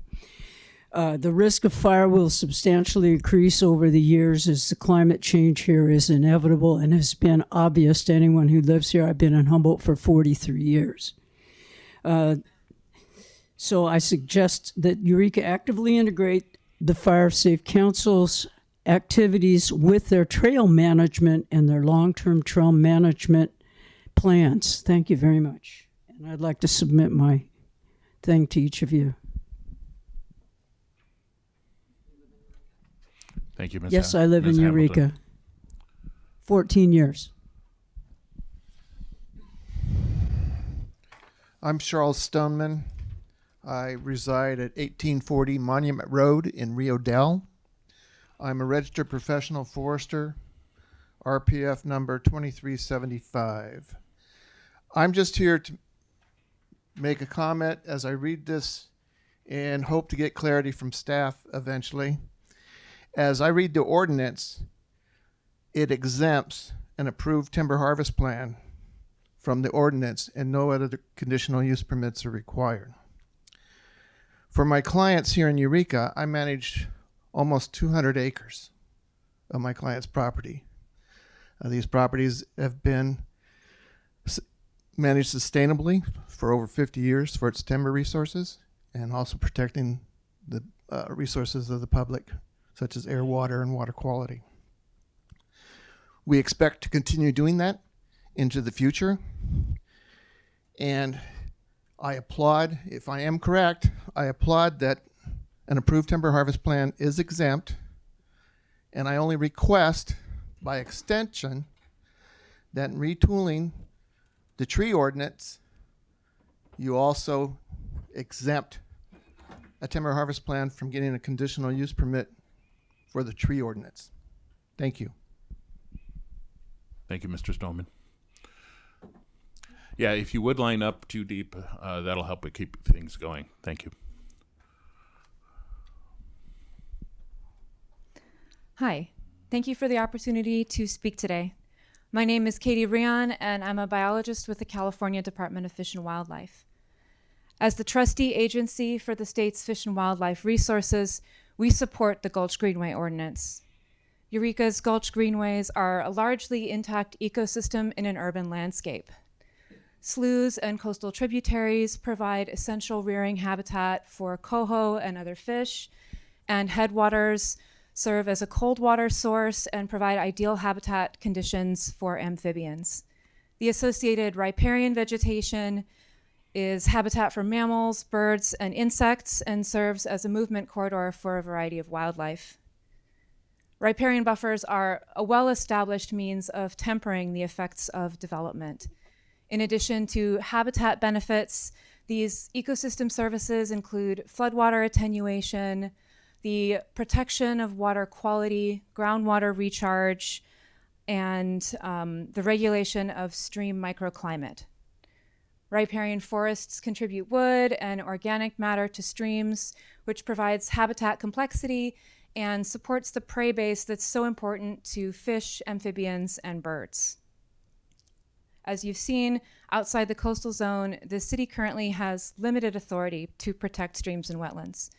For example, you can clear an entire parcel of riparian shrubs and smaller diameter trees with no permit from the city. And if you manage to skirt the much narrower jurisdiction of other agencies, you could theoretically obtain a building permit to build right next to a stream or wetland, and that's a ministerial permit. In addition to the direct habitat loss, this often leads to the spread of invasive plants, noise and light pollution, increased predation, and warmer water temperatures. Development also tends to increase stormwater runoff, with resultant increases in sediment and pollutant discharge and erosion. Discretionary review, such as proposed by this ordinance, would give the city the opportunity to evaluate and disclose these risks to the public and implement feasible minimization measures. As Steve Lazar pointed out, other local jurisdictions already have some form of protection for streams and wetlands, including Humboldt County, the city of Arcata, Fortuna, and Ferndale. I understand there are concerns the ordinance will undermine housing or hinder day-to-day residential activities, but there are permitting pathways for residential development, including subdivisions. The intent is to protect intact habitat, not to prevent landowners from managing their backyards. Finally, the city has made significant progress in upgrading infrastructure to improve habitat connectivity, such as the first Slough Fish Passage project. Other restoration efforts are the RCAA's work on Martin Slough and the Elk River Estuary Enhancement Project. Millions of dollars have been spent, I encourage the council to proceed. Thank you. Next up, please.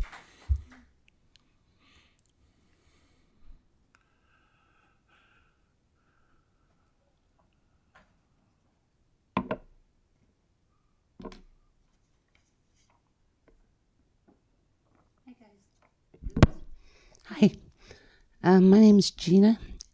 I live in the Greenbelt at 15th and M Street. I've been there since 1973. Born and raised in Eureka for the last 74 years. I find your ordinance invasive behavior in human context. Rude and intrusive. Invasive behavior can involve actions that are disrespectful, pushy, or cross personal boundaries, which you guys are doing. Unwanted attention. This can include behaviors like uninvited visits, excessive questioning, or ignoring personal boundaries. Invasive behavior often demonstrates a lack of respect for other people's privacy, comfort, or feelings. I deem your ordinance invasive and intrusive.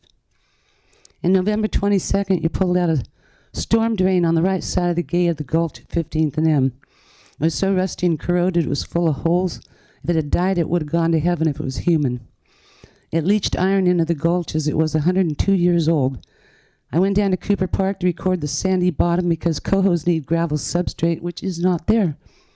And you guys never got back to me about that.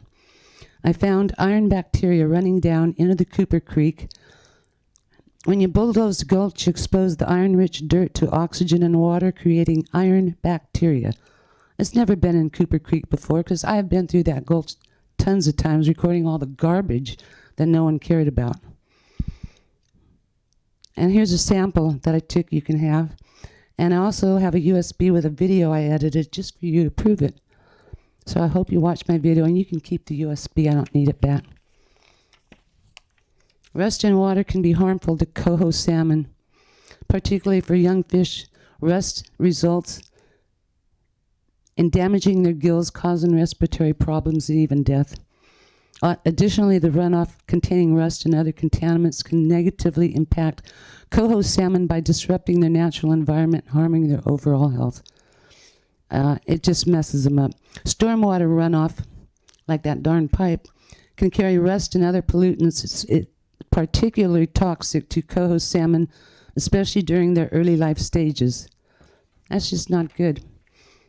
Oxygen levels. Iron bacteria requires oxygen to function, so high levels of iron can deplete dissolved oxygen in the water. I'm surprised Fish and Game didn't bother doing a test on the water. Oops, 30 seconds. Okay, here's your sample. Here's your USB. All I know is I think you unleashed Pandora's box into the Gulch with iron bacteria, and that's not okay. So much for Fish and Game. Thank you. Thank you, Gina.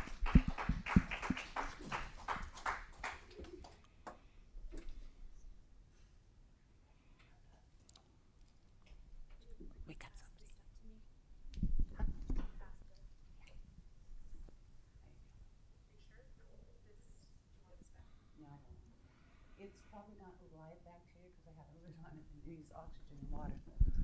I'm sorry. Thank you.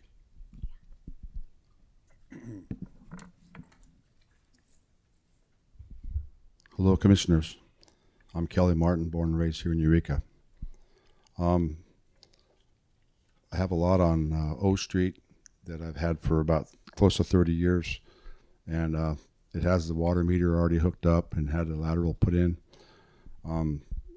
PG&E removed one of the power lines over the middle of the lot so we can build there. Basically ready to submit my permit for a house, probably with a ADU attached to it. I bought the lot, but the lot's been obviously went up in value. So if this ordinance here goes in, it's a possibility that it's become zero value, which means I would still be paying taxes on it, but I couldn't give it away. So that's a concern for me, especially for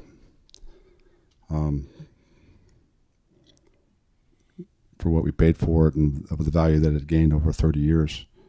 A couple of my concerns is on the ordinances. One of them is cutting tree limbs in the middle of the winter. I live on the Gulch on Martin Slough, and I have a lot of redwood trees, probably about 200 of them, and I have 6 grandkids. So I can't cut a limb. The only time in your special zone, it said from June to October. Is that correct? That I could limb any widowmakers off my trees to protect them from falling on somebody. So I think that should be changed. I would like to get an exemption, if that's possible, for if my permit doesn't go through soon enough. I don't know how long the planning department's going to take to approve my permit if I submitted it today or tomorrow. But that's about it. Thank you. Thank you, Mr. Martin. Others in the room?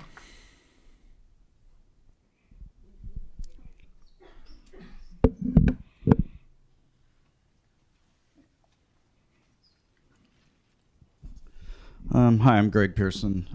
Live in Eureka. I'd like to speak against the ordinance. It seems to me like it's a solution looking for a problem. I don't really think we have much of a problem. There might be a one-off here or there, but generally I think people like their backyards. They take good care of them, and they take a lot better care of them than the city seems to take care of some of their properties. So I think we can trust our local owners to take care of their properties. As a builder, I know it's difficult to get a permit. It takes time, it costs money, a lot of times there's research, you got to pay specialists, and who knows what, especially if CEQA does come into play. And these are complications that the average homeowner doesn't really understand, doesn't have the expertise for, and really shouldn't have to do. That was not anticipated when they paid prime prices for their properties, and so this shouldn't be done. It's going to take value away from the people, and that's inappropriate. I have bought that property on Harrison, the office there. There's a gulch that runs through there. I cleaned that up. It's almost like a park now. I got rid of some invasive species.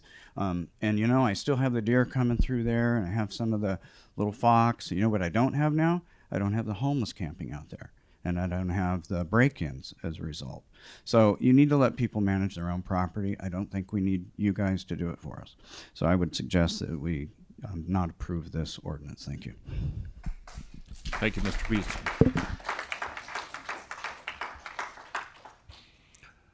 Anybody else in the chambers who wants to speak?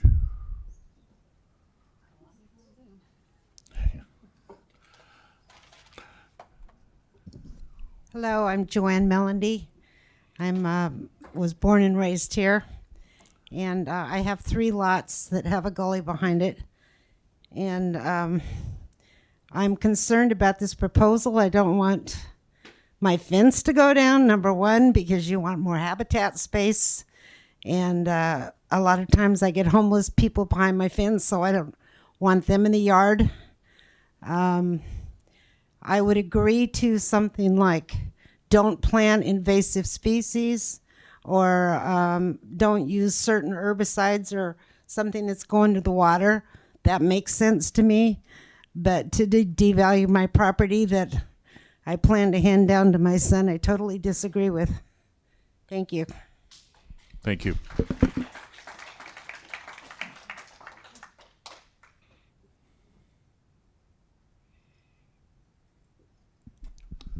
Good evening, everybody. My name is Chris Nelson. I reside at 1252 East Avenue in Eureka.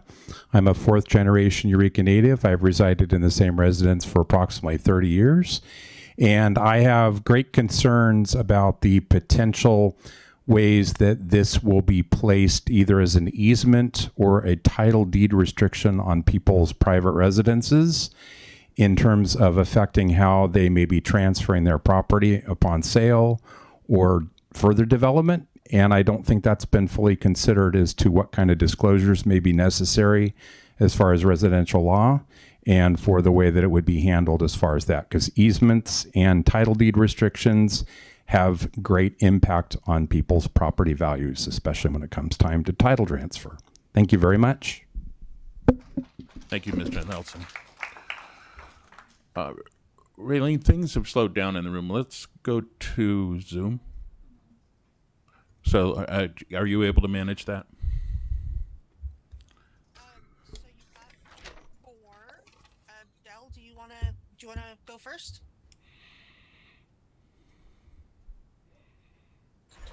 Hello, can you hear me? Yes.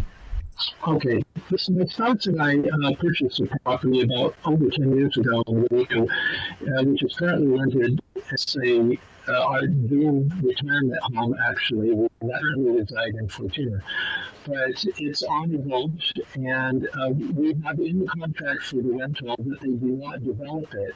I mean that the renter cannot, destroy anything. Or we love nature. That there are trees that you can reach from a window in this house. That said, we bought that property with the understanding that if we were ever impoverished, or if the need should arise to enlarge it, or in any way, we have 75 trees on the property, and that we could practically pay for the property with that. So I think that it's remarkable how many commenters are homeowners that are against this, and how many who are not homeowners in Eureka, who may or may not have some other vested interest in requiring socialized. I would call this a communist policy. I don't see any purpose for this regulation that helps Eureka taxpayers, and you do pay significant taxes, several $1,000s a year of your salaries. So I really think that Christine Kenyon is not a developer services agency. I feel like it's an anti-development agency, and it's over-regulation in search of a purpose. It's an unfunded mandate, which is going to cost. We had a forester look at it's hundreds of dollars to have a forester come or a biologist to come and tell you that you can cut this tree or you can't cut that tree. And some of that was understood, and we took it with the house. But to add to this is going to only unnecessarily decrease the value of our property, which I don't think your tax appraiser is going to do. Now, here's the real test. If and I do have a question. If you're going to do this, you might want to consult with CAL FIRE and the clearancing recommendations of 100 feet around the property. And I don't know how that's going to fit with all of this. But here's the test. Those people that want to do this should do it on their own property. They're welcome to buy my property if it's for sale, and they can feed the fishes and do all that.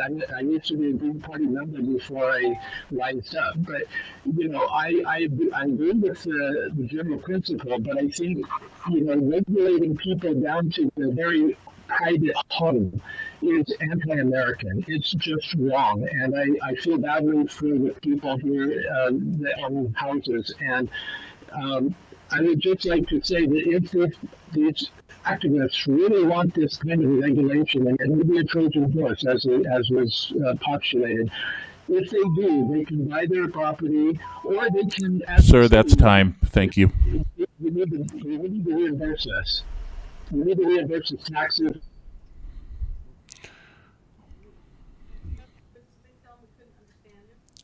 Next person. Chris Frankel, go ahead. Okay.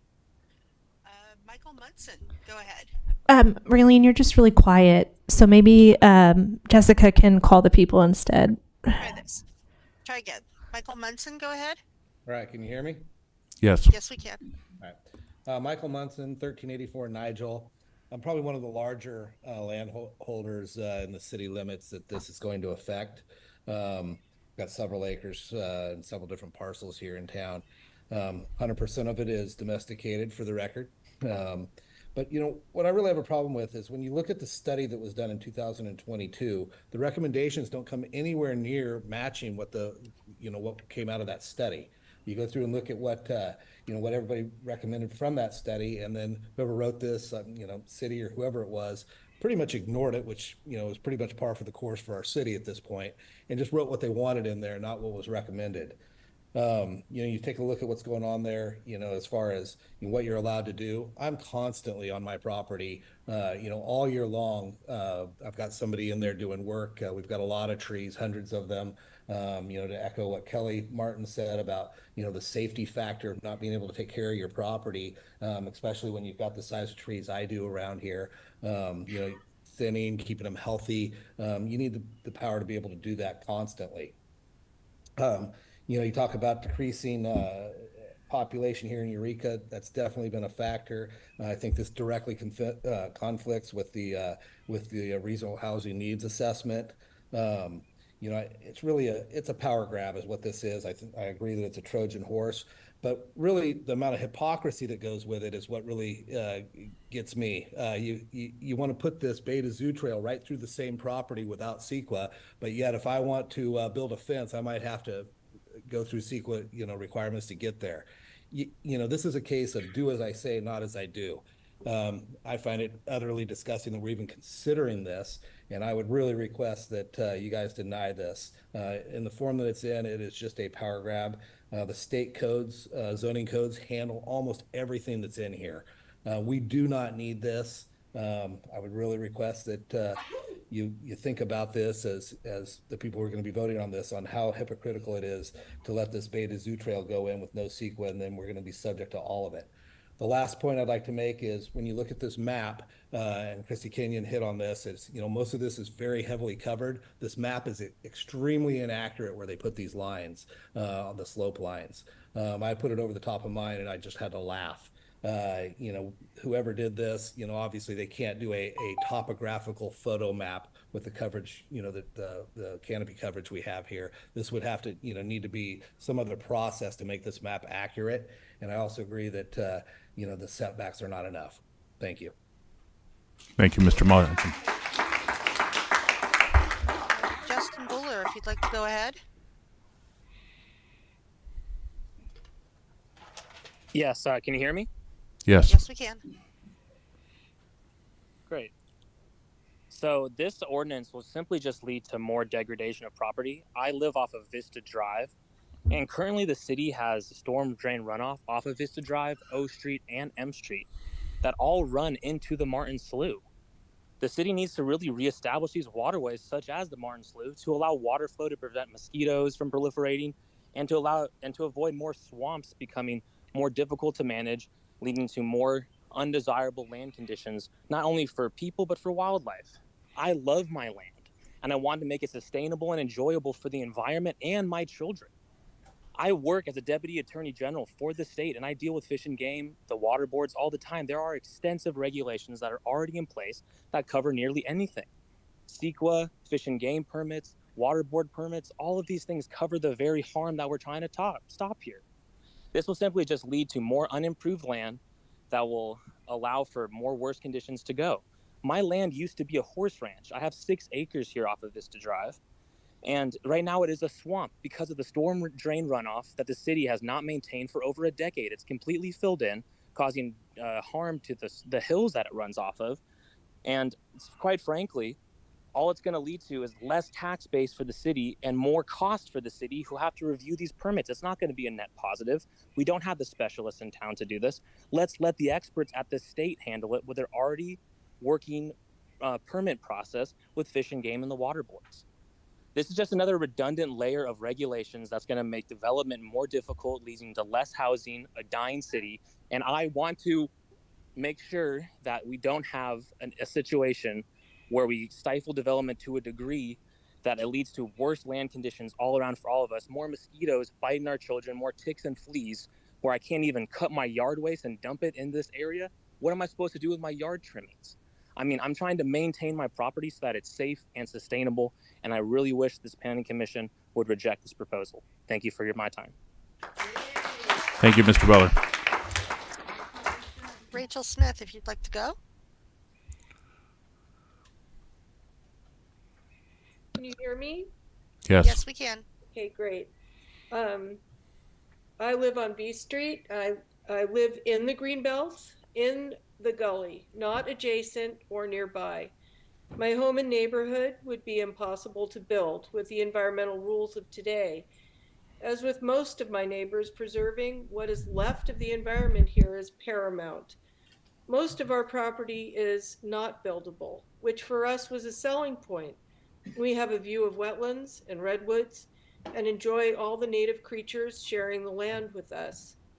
I've been looking forward to the Gully and Greenways ordinance, assuming that its purpose was to protect and preserve the last of the green spaces in Eureka. Instead, this ordinance is nothing but a duplicitous document that intends only to tax and create red tape for the residents of the Gully for the most mundane things like household maintenance, which simultaneously exempting the city of Eureka from any responsibility. Indeed, the residents of the Gulches and Greenways are held to the highest standards possible, while the city can destroy in perpetuity the most sensitive of our green spaces that it has pretended to protect. And the biologist who spoke earlier doesn't know what she's talking about, really needs to look into the Beta Zoo Trail. I agree with so many of the folks who spoke here. And I know I can't get answers to questions, but costs, we need to see the costs. What are the costs of your permits? Does the cost of a project affect the cost of a permit? You have to define more the curtilage. What are you talking about with the improved areas? With existing structures, you need to define maintenance. Do we have to ask permission to clean the moss off the roof? How about paint our house, wash our windows, clean our chimneys out? Our home was built in 1955, and so in an improved area. But since the entire home is in the GGMA, it's very confusing, and like I'm just saying, needs to be fleshed out. And I also agree about the fencing. Why is a permit, are you going to have us come down to the planning department to put up a chain link fence? 10 feet, 50-foot fence, 50-foot long? We're gonna really come down there for that? I also feel that the term whenever feasible is completely subjective, open to interpretation, and needs to be struck from the document. Thank you for your time. Thank you, Ms. Smith. Chris Frankel, if you would like to go ahead.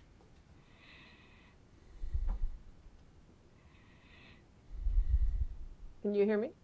Yes. We can. Hi, I'm Chris Frankel. I live on J Lane. I am a partial resident of Eureka because I travel for work.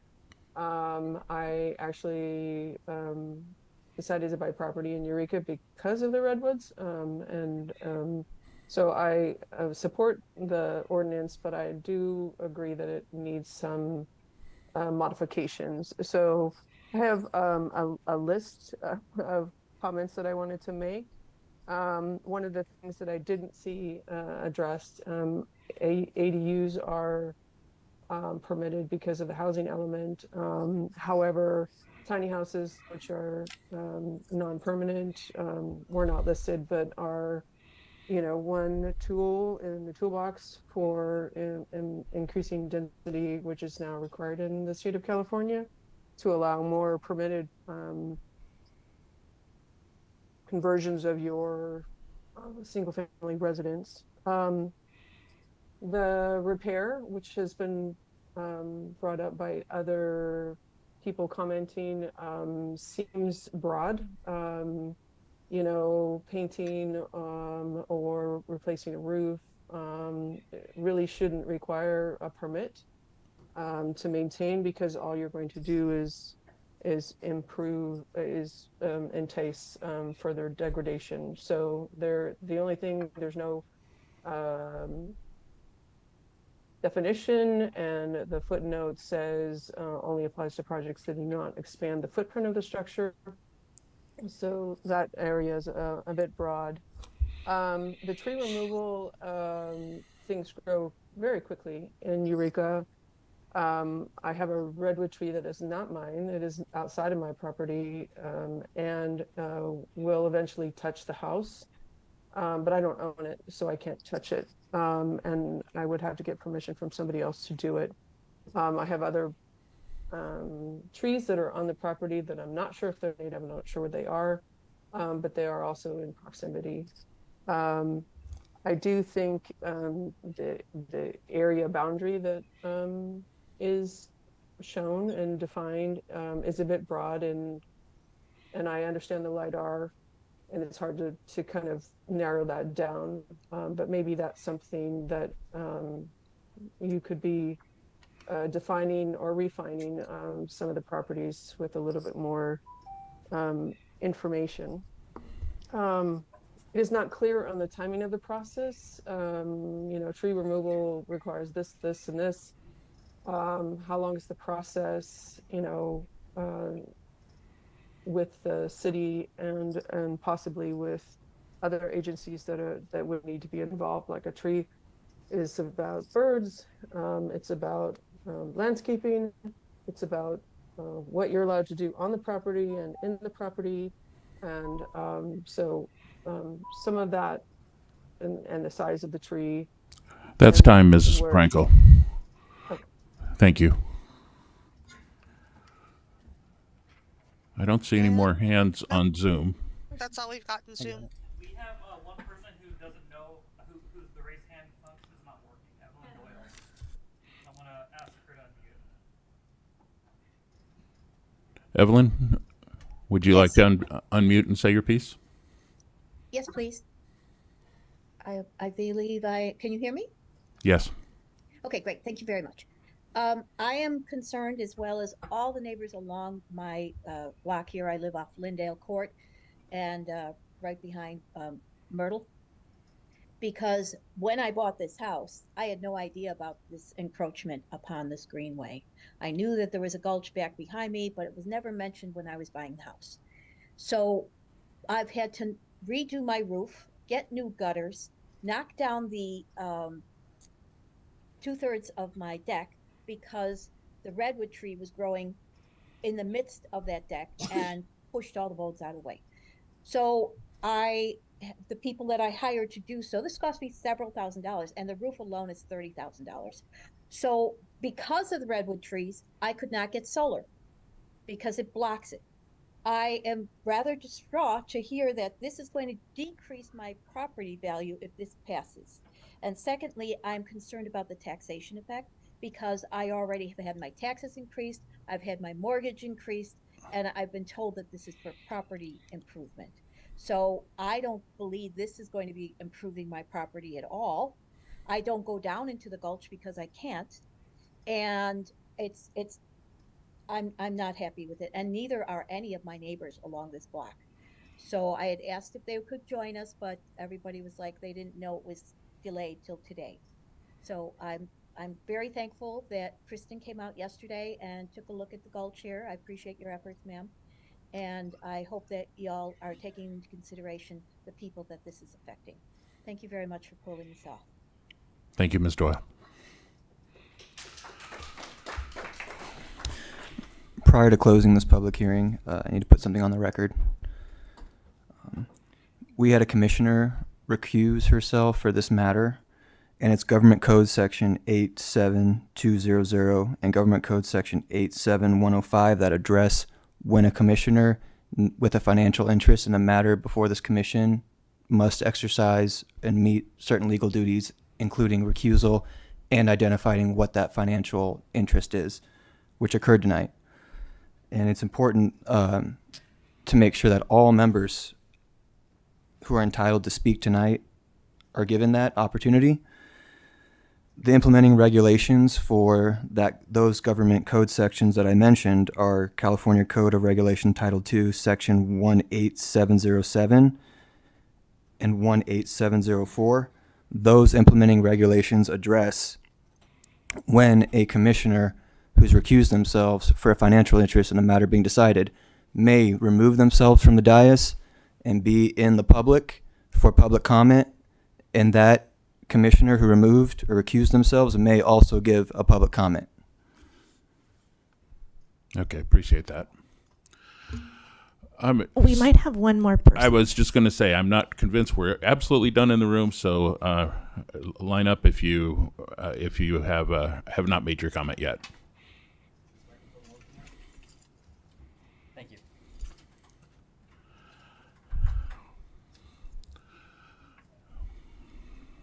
Hello. My name is Nick Hansen. I live at the end of O Street in Eureka. I've lived here for 25 years now. And I know I speak for myself, and I would imagine a lot of the other people that live along the Gulch and Greenway management areas. One of the reasons, at least I bought my house, was for the location. I'm backed up to Sequoia Park.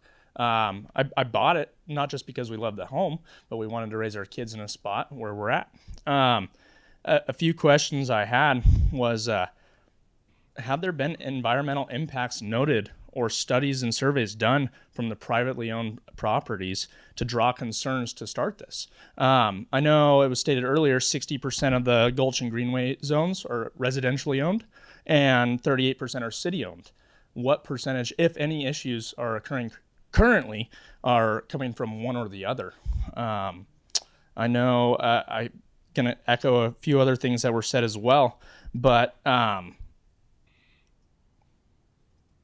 one of the things I had noted was, as Mike Munson had mentioned, in the study session, some of the numbers as far as the distances were shorter than what is actually listed in this document. So that was one question or issue that I saw. Another one was if this is for protecting the health, safety, and welfare, this is going to affect the welfare of all the property owners just because of the decrease in property value. I know for myself, I didn't choose to live in a coastal zone. I didn't choose to buy a historical property because I didn't want to have to deal with those issues.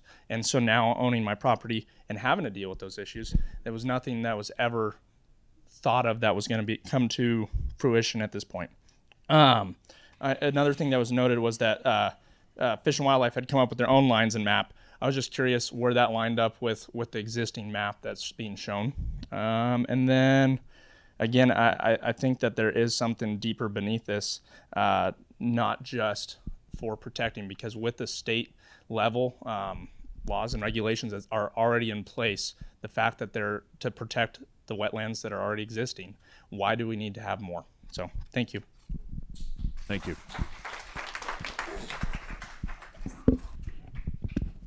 Okay, last chance. Seeing none, I will close the public hearing and bring it back to the commission for discussion.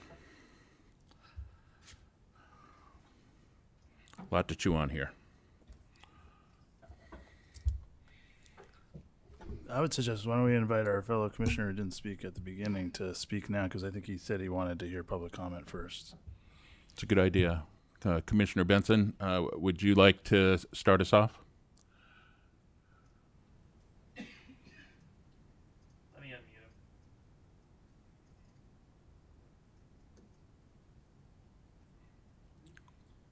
Okay, we there? All right, Michael, we got you. Yeah, okay. First, I just want to thank everyone for coming today. I hear every single one of you, and for the most part, agree with most of you. I believe that this entire thing is intrusive. I think it takes away the rights of a property owner. Every one of you property owners spend a lot of money. You spend a lot of money in taxes. You spend a lot of money in cleanup, repairs. The list goes on and on. Anyone that owns a home knows this. And I just feel like, you know, I want to touch on a couple different people that spoke. One was Katie with CDFW. And I would just be curious if you supported this Greenway ordinance if you owned one of these properties, because from my experience in Humboldt, the last 13 years, the government overreach and oversight is extremely extensive. It is so hard to get permits to do anything. Everything you try to do costs this, costs that. I feel like the best steward of the land is the property owner. Specifically, if you listen to these people, they bought properties in these areas to be stewards of the land. Everything that I've seen that government touches, city touches, they don't have the funding to even regulate it. Most of this property management is done by the property owner because it's the property owner has the money to do that. And not even the money to do that. Sometimes they just overreach and they do it anyways because they love their land. Who else did I want to touch on? Oh, I thought some interesting stats that Eureka has decreased 10% since 1960. This is one of the prettiest places in the United States, and for that stat to be a stat is, in my opinion, gross. One of the big reasons that is a stat is how difficult and how expensive it is to do things in the government overreach. I just feel like this is extremely short-sighted. I don't really know the bigger plan to this. And to me, like, I mean, you can't cut down a 12-inch tree. I have redwoods surrounding my house. And someone had mentioned the widowmakers. Yeah, I have those too. And for someone to tell me that I can't cut that down to protect my family, that would bother me. The fact that this will decrease the value in multitude of people's homes and land that they purchased. I mean, it's hard for me to even contemplate and okaying that. So, I mean, this is kind of a touchy subject for me, and I feel for all of you, and that's just how I feel on the matter. Anyone else? Thank you, Commissioner Benson.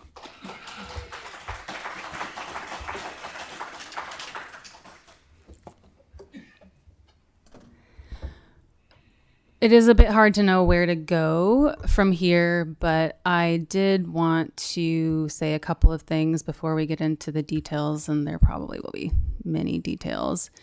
The first is I just would like to thank our representative from CDFW for being here tonight. This is something you're volunteering to do. I'm sure you are an expert in your field, and we appreciate you being here, and we appreciate the role that you're playing.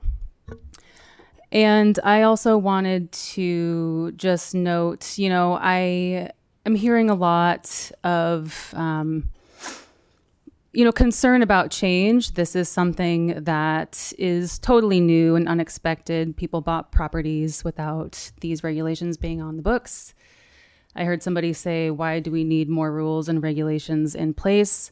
And I just wanted to remind folks that this was not a decision made by the Planning Commission or by staff. This was the City Council's decision, and we're here to try and make the best ordinance we can.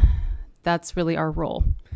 So I think it would make sense for us to discuss what could make it more effective, not whether or not it's going to happen. If we deny it, the council will still discuss it.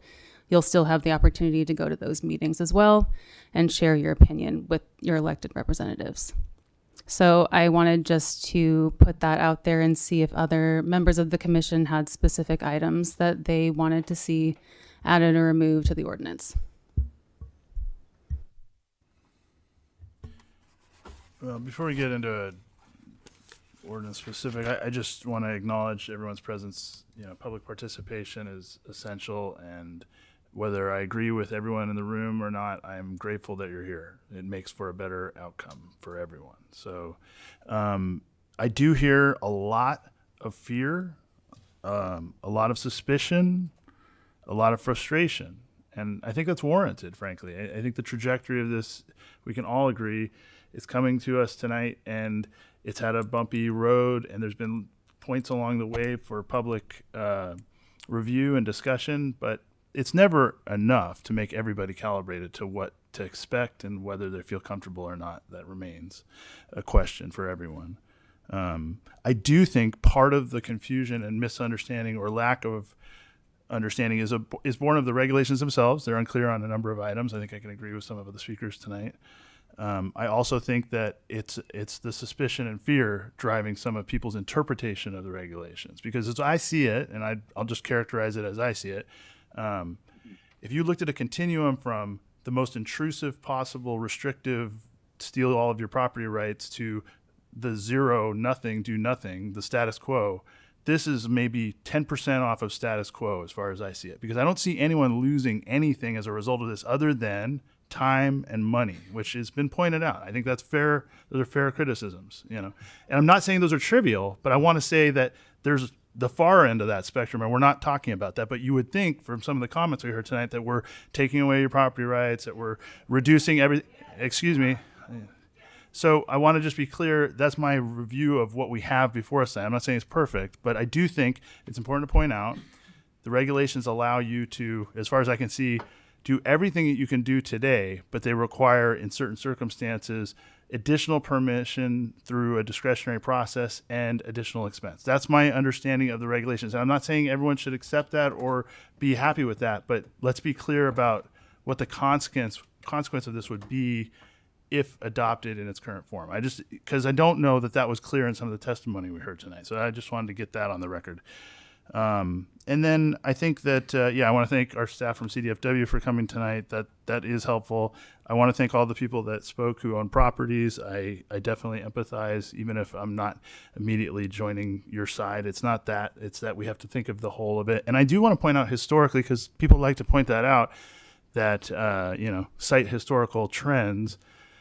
The reality is there's lots of greenways and open spaces that have been erased from the map, that are culverted, that are underground, that are subterranean, that have been lost. And that's just what happened in the course of the city's history. But let's not lose sight of what we're talking about is the last of what remains. And it's been chipped away at, it's been filled in over time. It's been, that is a very scarce resource, down to the point where what we have is a fraction of what historically once existed. And that's just what happened.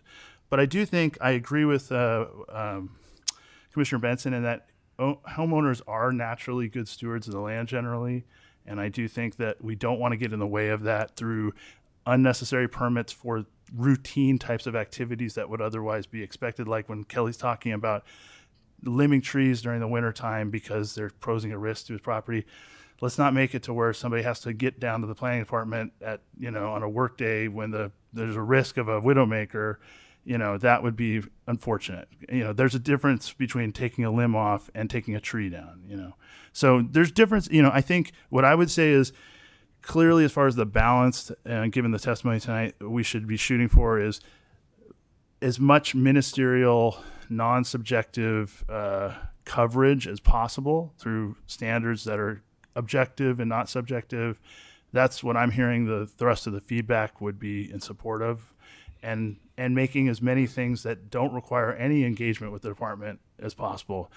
But where that line goes as far as the regulations and what that should be, we're not going to be able to do that on the fly tonight. But I do think that would be what I would recommend and if should this advance to the council, that they really look at broadening the range of activities that might be otherwise subject to discretion, and making them more ministerial in nature, and lowering the permitting requirements for some things that are status quo types of things that are not necessarily inherently problematic. Those are the types of, from what I heard tonight, those are the types of things that I think could get us closer to some of the testimony we heard. So that's what I'll start with, I guess. I was going through my notes from the public comments, and a few things jump out to me either as repeated themes we're thinking about, or just really made sense. I think in the latter category, Mr. Benino's speaking about being able to return after a disaster. I do think that's a situation that is worth some additional work. You know, what if there's a natural or man-made disaster, how would that affect and ideally streamline what might be required? I think in terms of what Commissioner Lazar was saying, you know, the expense and the downzoning, you know, both there's costs and time involved with complying with this. There may be property value reductions. I don't know that we solved that. You know, I opened my questions early on by saying I would have, you know, a different take if I was an elected member of the council. And I do think that, you know, our role here is narrower. So I'm inclined in some way to see if we can move this forward. But I would, as a citizen, share a lot of the concerns in the room and you know, would just be honest to all of you and say, you know, I would show up to the council meeting and make my views heard, because that's where the policy gets done. You know, we're lower court judges in this analogy. They're the lawmakers. And in addition to limbing, one of the things I heard repeatedly was 12 inches is too small. And this room is looking at an idiot who planted redwood trees on purpose at one point. And I may have gotten them cut down before they were 12 inches in diameter, but they got there very fast. So I think that's specific, along with the limbing and when we're allowed, when property owners are allowed to make those, would be worth looking at. So did you want to say something, Director Kennedy? Yeah, I wanted to respond to the limbing. There's no permit required for limbing in the only thing that's in the tree removal regulations is alteration, which is reduction of the crown by 20% or more, or something that, and in that section, if you are removing a protected tree, removing or reducing the crown by 20%, then you have, if it's the bird nesting season, you have to check for birds. Otherwise, if you're just limbing, there's no permit required, and the standard that applies says during the bird nesting season, disturbance to vegetation should be avoided, you know, but it's not a requirement. Okay, that's helpful. One quick follow-up on that. For hazard tree removals, can you remind us, is a permit required for those? Currently, to remove a hazard tree, you have to get a zoning clearance and with a report from an arborist or a registered forester saying that it is hazardous, and that would continue under the ordinance, both in and outside of the GGMA. Okay, thank you. So there's no change to that proposed. So with that, any other? So thanks for bringing up a few of those. So could we get clarification or just confirmation on the 12 inches? It is 12 inches the proposed threshold for the ordinance? It is for the GGM, inside the GGMA. Outside it really wouldn't be. It would be 24 inches. Native tree would be protected, as is now. Right. The scenario of a casualty, if somebody's tree fell on their house and destroyed their house and they had to rebuild it, would they be able to rebuild it in its current footprint? I would recommend us adding a caveat to the table for that. Okay. That's pretty common, and coastal regulations have similar provisions even. What about the question that we had about the THPs and whether they're exempt under the... Currently, if you're removing 5 or more trees, you need a conditional use. In 10 years, you need a conditional use permit. And now, if you're in the GGMA, you need a discretionary permit. The same. It's just now it's a Gulch Greenway conditional permit with different findings. Okay. So that was for a timber harvest plan? As well, yeah. So you would need a permit? Correct. Okay. So put Which is what you need now. You need a conditional use permit now for a timber harvest plan in the city. And you've needed that since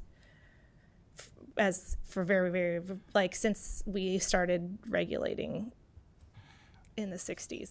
So I'm just going to put that less flatteringly, which is we do have additional regulatory blanketing of something that requires regulation through CAL FIRE under a separate process. Right, and that could be a recommendation that we don't need that if CAL FIRE has it. I think in the city of Arcata, yeah, it's considered a functional equivalent, I believe, at least for purposes of CEQA. So that could be something to explore. I would appreciate it if you guys have, because I'm getting conflicting comments. So if you have, when you make your motion, if you could add the recommendations to it, so I know they're coming from the Planning Commission, that would be helpful. Yeah, we'll make sure to do that.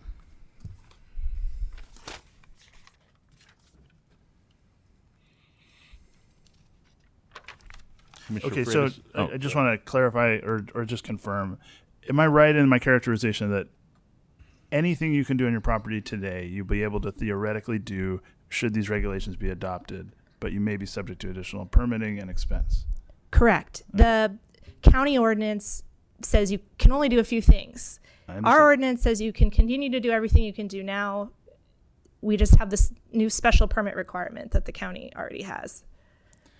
Okay. Well, that's helpful to get confirmation. I think that clearly falls short of where some folks in our audience would like it to go. But I acknowledge that, and I just want to make that clear. And then I just, since we heard a lot about Kelly Martin, he could theoretically, I think what you said at the beginning of the hearing was, if we have a complete application, doesn't matter when we issue the building permit, it could be now, it could be 10 years from now, theoretically, it will be subject to the rules in place at the time the application was deemed complete, not these rules. Right. So if you submit a complete application, it doesn't matter how long it takes us to review it. Once we review it, if it was complete, it's complete. Right. So just word to the wise, if folks were considering that, like Kelly, that would be an option for you to not have to be worrying with new rules.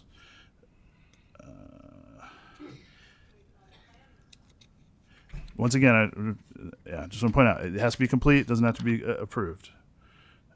I think that's, I mean, as far as, sorry.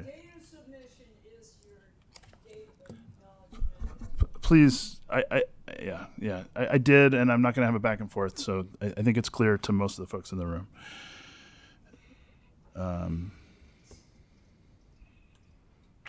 I don't think I saw any other specific things that I needed to bring up.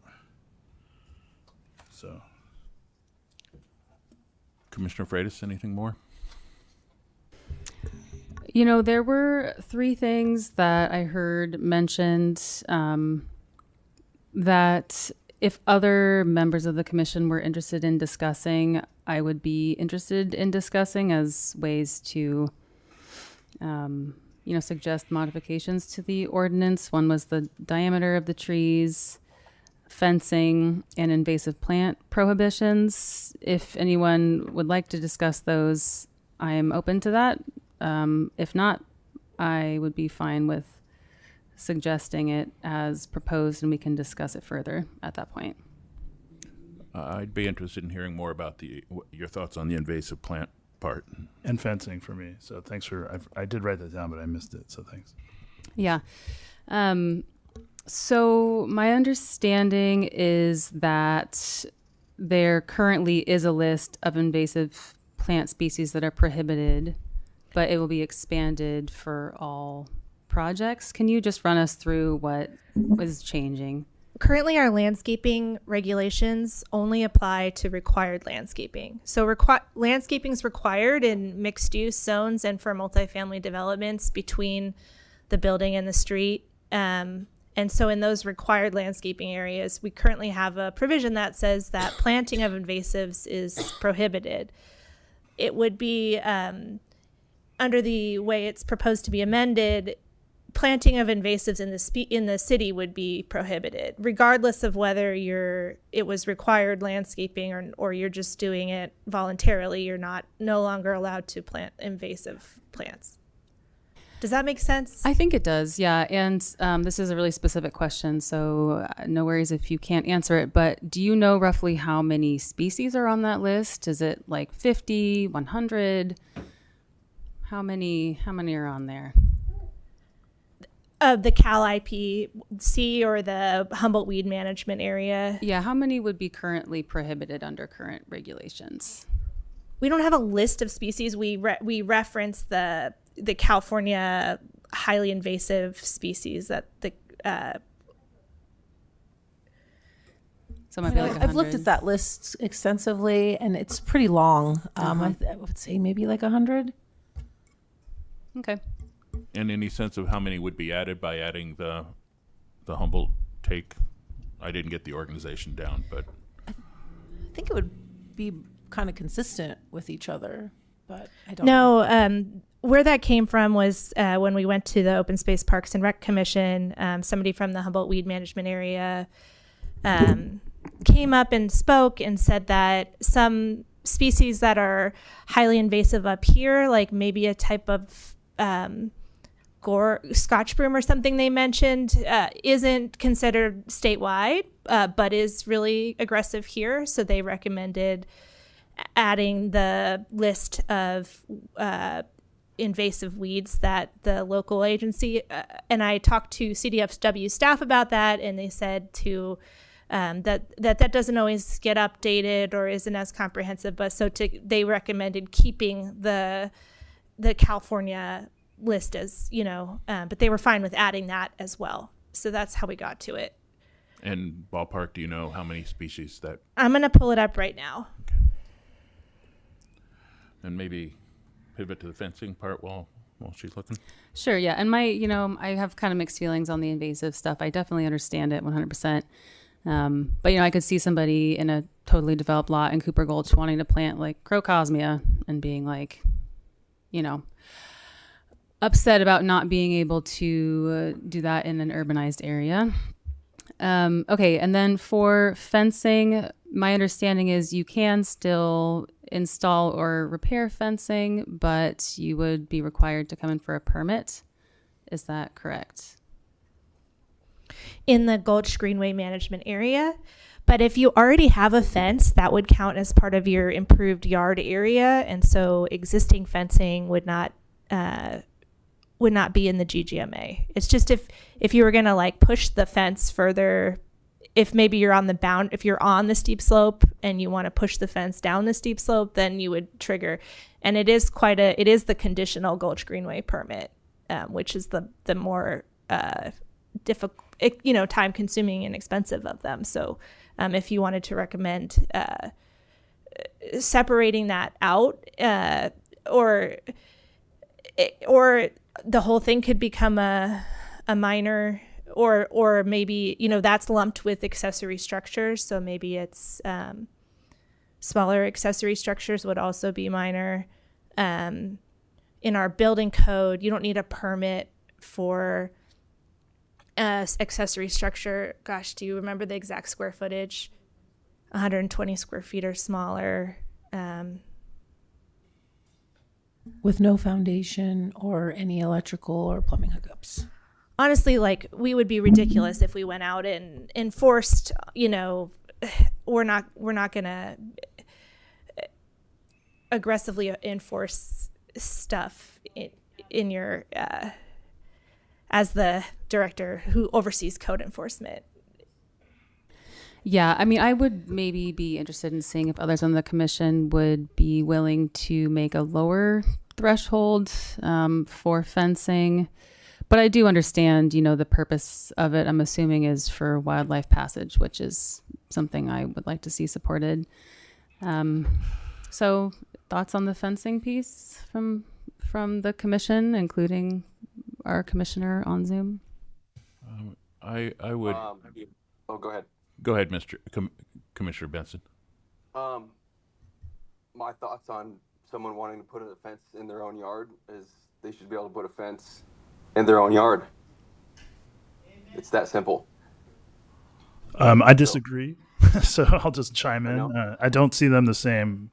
If you're putting a fence in the Gulch, I'm more interested in having that discussion. I'd like to see a way of doing it where we don't require a permit and it's pre-approved. So if it's like wildlife compatible fencing, that to me would be an easy way to kind of provide a pathway so that there's not a barrier to people doing something that's normal, like Commissioner Benson is saying. But I don't think that all fences are equal in all situations. And that's absolutely at the heart and soul of these regulations as far as protecting the green belts, is that they do provide habitat connectivity to wildlife. So all the people that like to talk about it, that they have the wildlife in their backyard, but don't want to let the wildlife go through the portion of the yard that they fence, I see hypocrisy there. So to me, like, I want to find a happy, middle ground, and I'd be happy to have that discussion, but I don't know that we're experts in that. But if we were to arrive at a recommendation, my recommendation would be to find a way of allowing pre-approved fencing that meets certain standards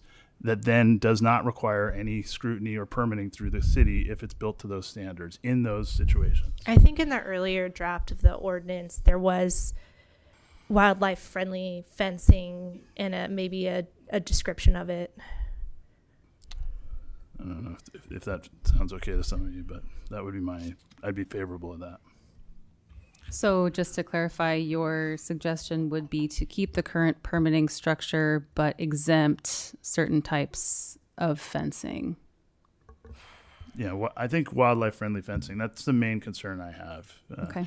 And then maybe revisit the setback for fencing as it approaches the break and slope, maybe have some sweet spot where you're beyond the break and slope, but you're within 25 feet. I'm not saying this should be the rules, but like maybe we give some flexibility in that initial range. But if you're going to put it all the way at the toe of the slope in the middle of the gulch to prevent anybody from getting in that area, including critters, I would think that completely defeats part of what we're trying to do with these regulations, whether you agree or disagree. So I wouldn't be favorable of all fencing in all places in the Greenway. Would you want to combine this with dropping it to a minor use permit? I think in that upper area where the break and slope is, in that transitional zone, maybe say within 25 feet of the break and slope, that would be, I think, a fair number to start off with as reducing the standard or the permitting requirements for that area, and then exempting all fencing if wildlife friendly anywhere, maybe, and that would get us closer to kind of some of the comments we're hearing. Yeah, I like that. Director Kenyon, do you have a report back on the number of species, invasive plant species? No, I'm struggling. I have like all the WMAs on my phone and I can't find Humboldt for some reason, even though it's in alphabetical order. It's like, but getting back to that, if I could see having where the permit's different depending on if you're in you're in the GGMA because you're in a buffer versus you're in the GGMA because you're in a wetland or a stream for fencing, because you would potentially want fencing in a buffer to. Well, we did hear a testimony tonight that was kind of asking that question as to how is the buffer different from the formal GGMA, and I think this is illustrating that, when I'm talking about the suggestion, I'm not talking about all areas that have been caught by the net, that is the zoning overlay, but really where you're actually within a GGMA and you're at that interface between where the gulch begins, because there's a clear change in elevation as it starts to depress. That's where I would say once you go beyond that break and slope, you're starting to get into the area that's naturally a riparian corridor and naturally the kind of thing that has the highest wildlife value and would be of most importance to protect. So where we have a kind of squishy 25 foot, 10 foot, whatever area where you can put a fence that doesn't have to be wildlife friendly without any specialized permitting requirements beyond what would otherwise be allowed today. Does that make sense, Director? Does that help clarify it? Yeah. Okay. If I'm just in the city, not in a special zone, do I need a permit to build a fence? If it's over 7 feet, if it's 7 feet or taller, it needs to be engineered and it needs a building permit. And then we have fencing regulations that are one of my least favorite regulations that go into detail about what type of fencing is allowed where. That applies everywhere. Well, it's kind of a theme of the Planning Commission that I suck at crafting motions. It sounds like we've got ideas around fencing, maybe about limbing, maybe about 12-inch trees versus 24-inch trees, and the disaster thing. Does anybody want to try to craft something, starting with the recommended motion to package that? I think I can do that. But I would like to hear from our non-physical commissioner because we've been talking in the room, but I haven't heard any responses. Commissioner Benson? In regards to what the ordinance, I mean, I honestly put the whole thing in the trash. That's how I feel about it. So, I mean, to try to compromise and have a bunch of word salad going on, like, to me, this is just infringing on the rights of people, and I don't like it. I want to echo Commissioner Kraft's comment that I would suggest that the commission, before you make this motion, we need a clean motion because there's going to be, I think, several recommended modifications. So if you could, kind of collect your thoughts to deliver as clean a motion as possible, that will help staff. And circling back, I found the Humboldt Weed Management, and it's like 41 plants. Is that something we need to cover in our motion? Okay. So Commissioner Lazar, if you're planning to make the motion, it sounded like the limbing piece was good to go. We didn't need a permit for that. Unless you're affecting more than 25% of the crown, right? Correct, if you're topping.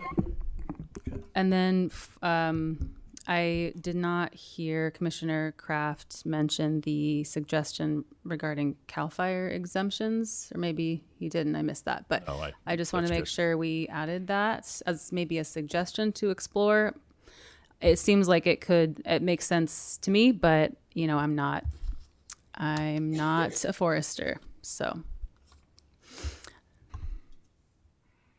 Yeah, I'm happy to include that. I'm still processing in my head, frankly. Certainly we heard tonight, and the council will continue to hear, that this is viewed as unnecessary and extraneous. So I'm sensitive to that. I do think CAL FIRE rules lack some sensitivity when it comes to things that are nuanced, like our gulches. But they've historically been what's been the only regulations in town for these areas, with the exception of state agencies. Oh, excuse me. So I think I'll include it in the motion. We can all vote, and that'll be fine.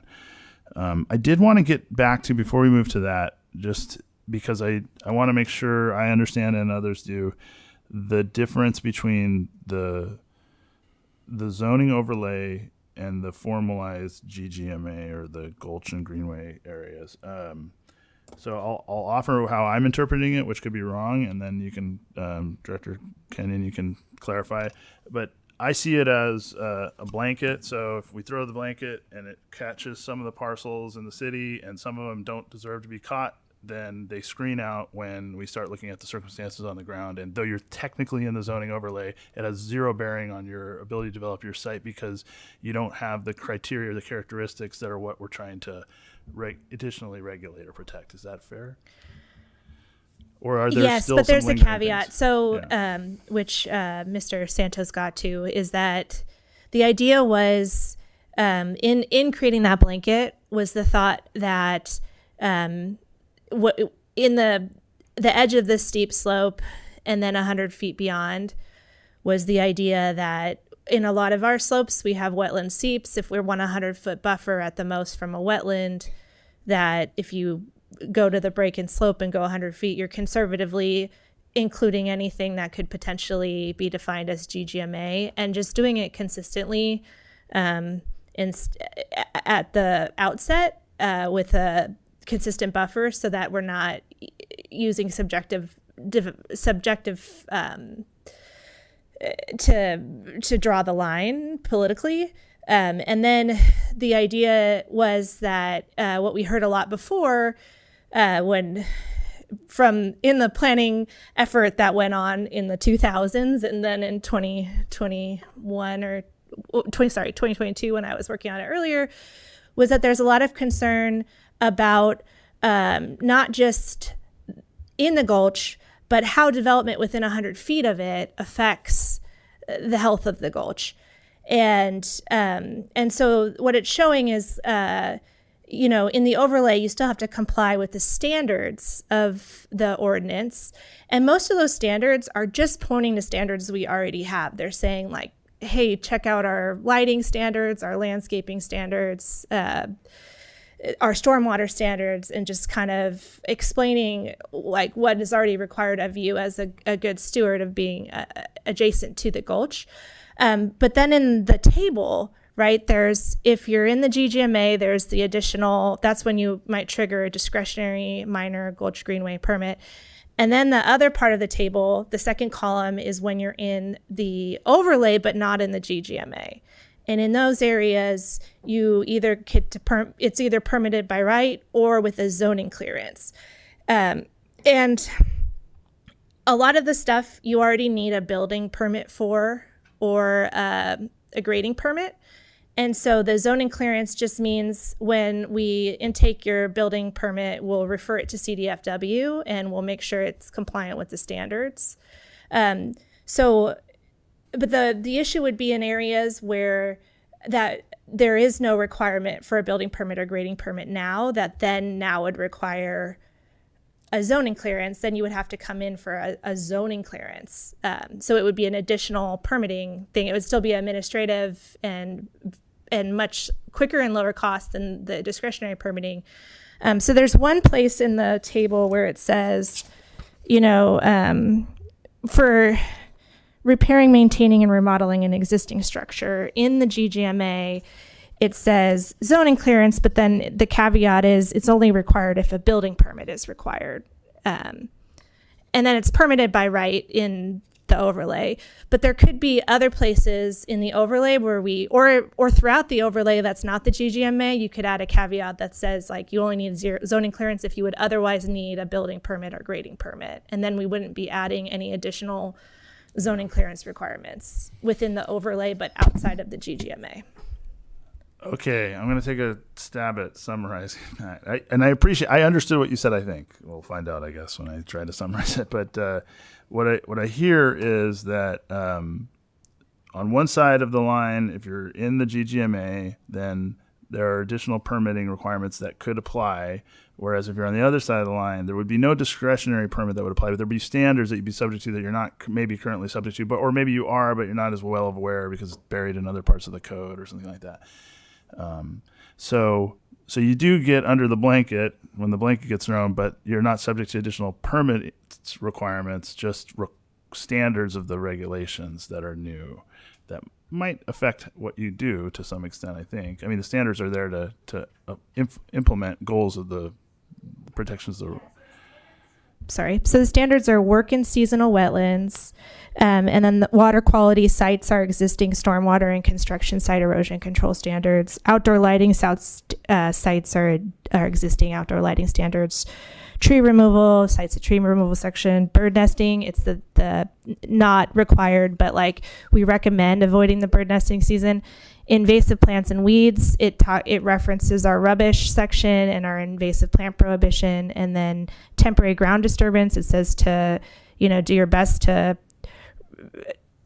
like if it's disturbed, you want to reseed it and before it rains. And then the one big one is the subdivision one, where it talks about if you're creating new parcels, don't create like GGMA only parcels that are Make sure they have development areas outside of the Gulch. Yeah, but there's even a caveat that says that you can do that. I saw that. That's why I described it as nothing's actually stopped at all by these regulations, because with discretion, we can still allow everything that's currently allowed.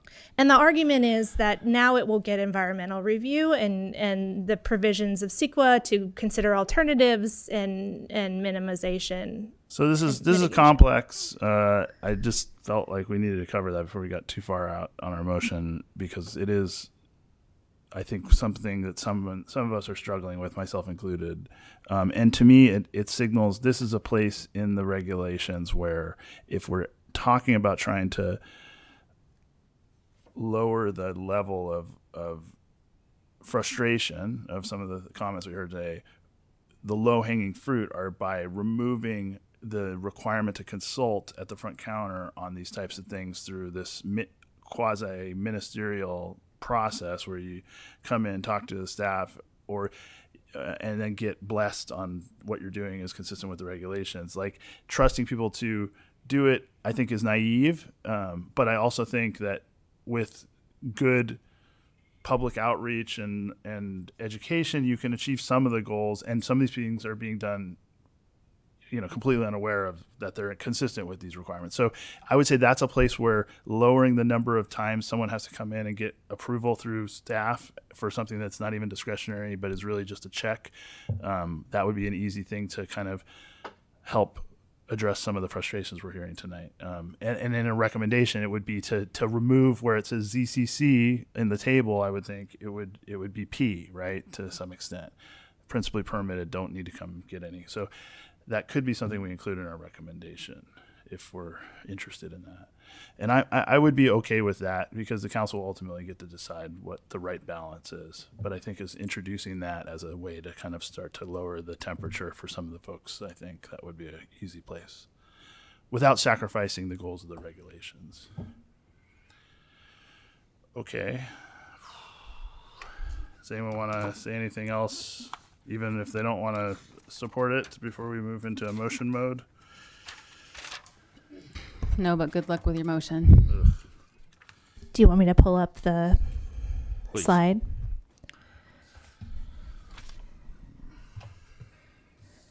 Okay.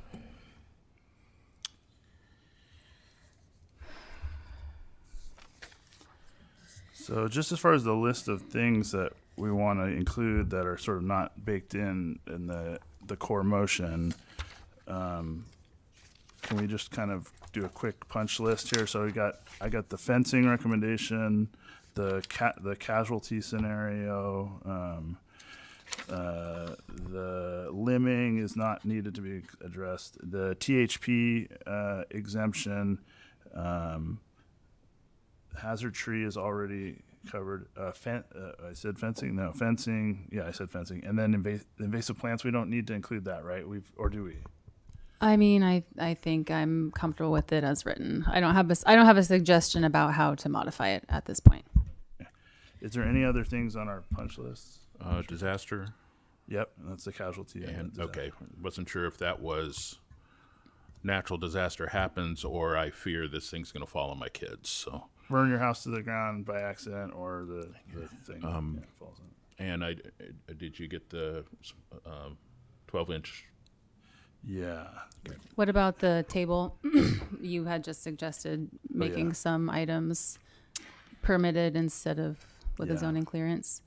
Do you think we should bring up the table and look at that, or just have it as a suggestion? I mean, I'm open to it if you'd like. It's pretty easy to pull up, I think.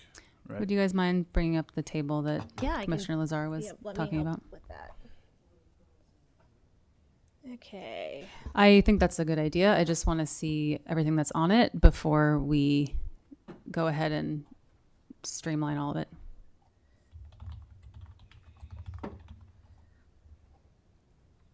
So 224-1.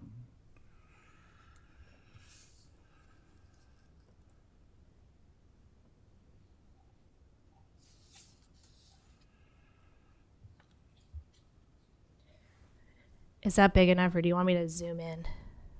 I think it's okay. I think I can read it now. So the outside GGMA column is the column 2 that Director Kenyon was talking about. So things that say ZC would be P if we were to tackle them. Right. I mean, we already do a zoning clearance on every building permit. So can't remove that. I would recommend just, if you want to limit it, saying if you only need a zoning clearance, if you already need a building permit or grading permit. So that could just be a footnote to the table. Correct. Yeah. Do we like that as a general rule and just stick with that? Works for me. Yeah. Okay. So footnote. Only required with BP. Okay. Okay. Well, I guess I'll take a stab at it.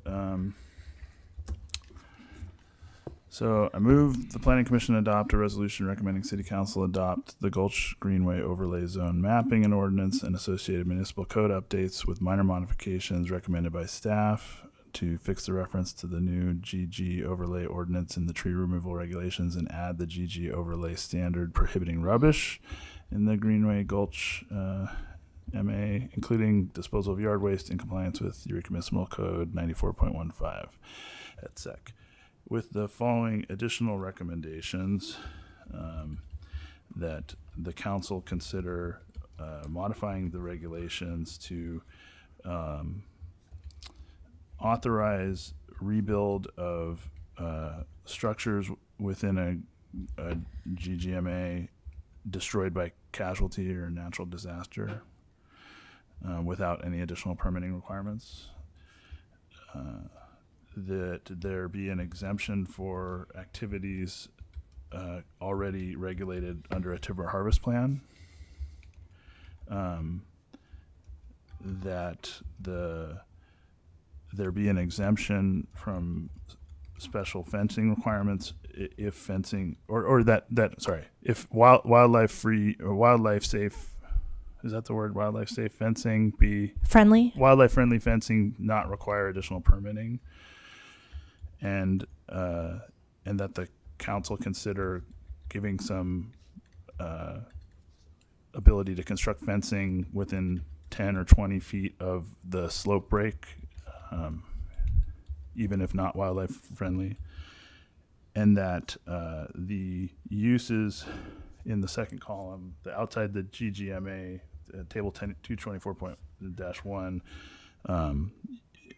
uses that don't otherwise require a building permit be principally permitted and not require consultation with city staff. 12-inch tree. What's that? Oh, the 24 12-inch tree. Oh yeah, I think I was like, and that because we're just making a recommendation that the council consider allowing for tree removal up to 24 inches instead of 12 inches in diameter at breast height. Do you get that okay? Okay.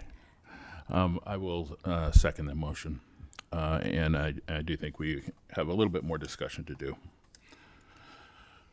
I just wanted to clarify for that motion that the 10 or 20 foot from the break-in slope, the intention of the commission would be to not only allow it, but to reduce the permitting burden to allow for a minor permit. Is that what your motion was intended to state? I was envisioning more of principally permitted, not like status quo if within 10 or 20 feet of the slope break.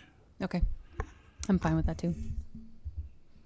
Yeah, I had it doesn't require any additional permitting. Okay. Additional discussion? I'm not 100% sure how this vote is going to go, but I do want to say to the group in the room that should this go to the council, as I spoke to a little earlier, they have a different purpose. They are elected, and that's where the policy gets made. So I think it's likely that we're going to make this recommendation, and I want to say thank you for showing up tonight, and would encourage you to do that again and make your views heard when and if this does go to the city council. All right, we ready to take a vote? Let's do a roll call. Commissioner Freitas? Yes. Commissioner Lazar? Yes. Commissioner Benson? No. And Commissioner Kraft? Yes. Thank you. That motion carries. All right. Thank you again for coming. We can have our actual chair back up here for the last item or two.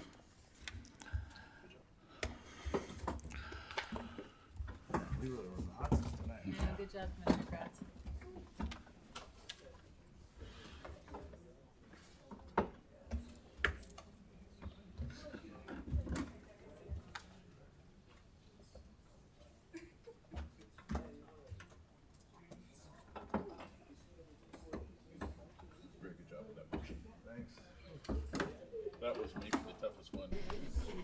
Thanks everybody for coming. If you guys could go in the hallway, that would be helpful because we have just one more item on the agenda. If you want to talk, if you guys could go in the hallway, that would be helpful. Oh, you locked yourself out? I did.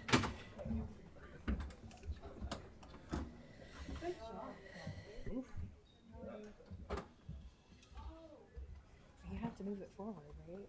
I think you guys did a great job working through it.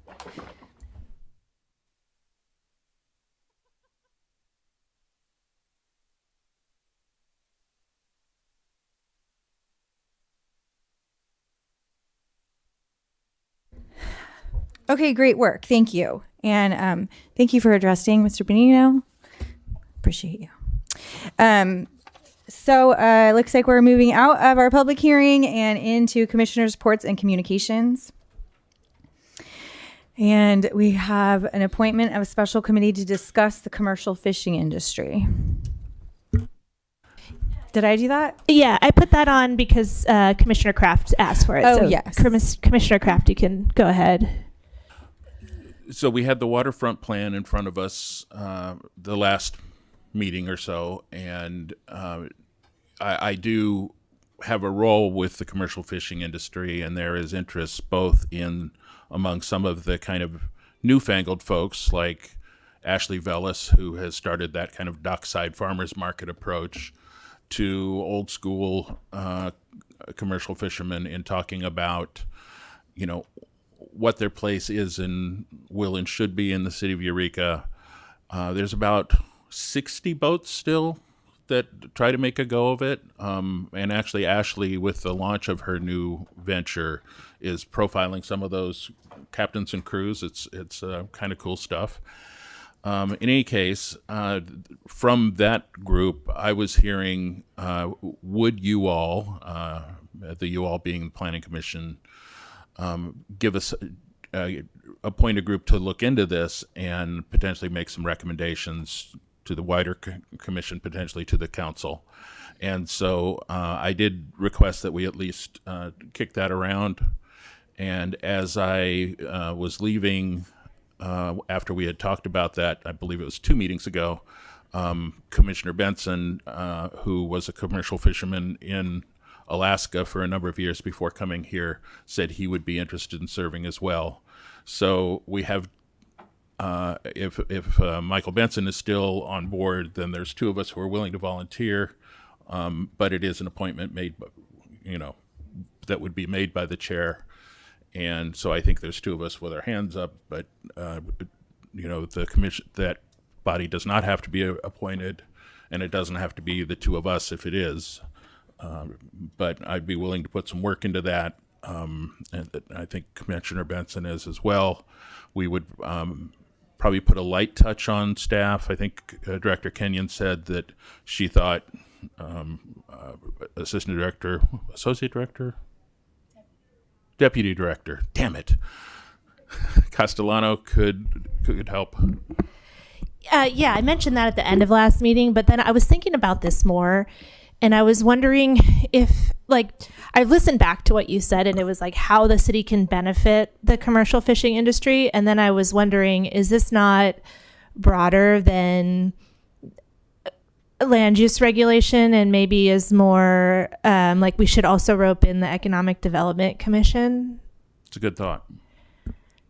Which I haven't asked our economic development director yet about, so I apologize, Swan. But it just seems like if it's a larger discussion and not just about zoning. I like that.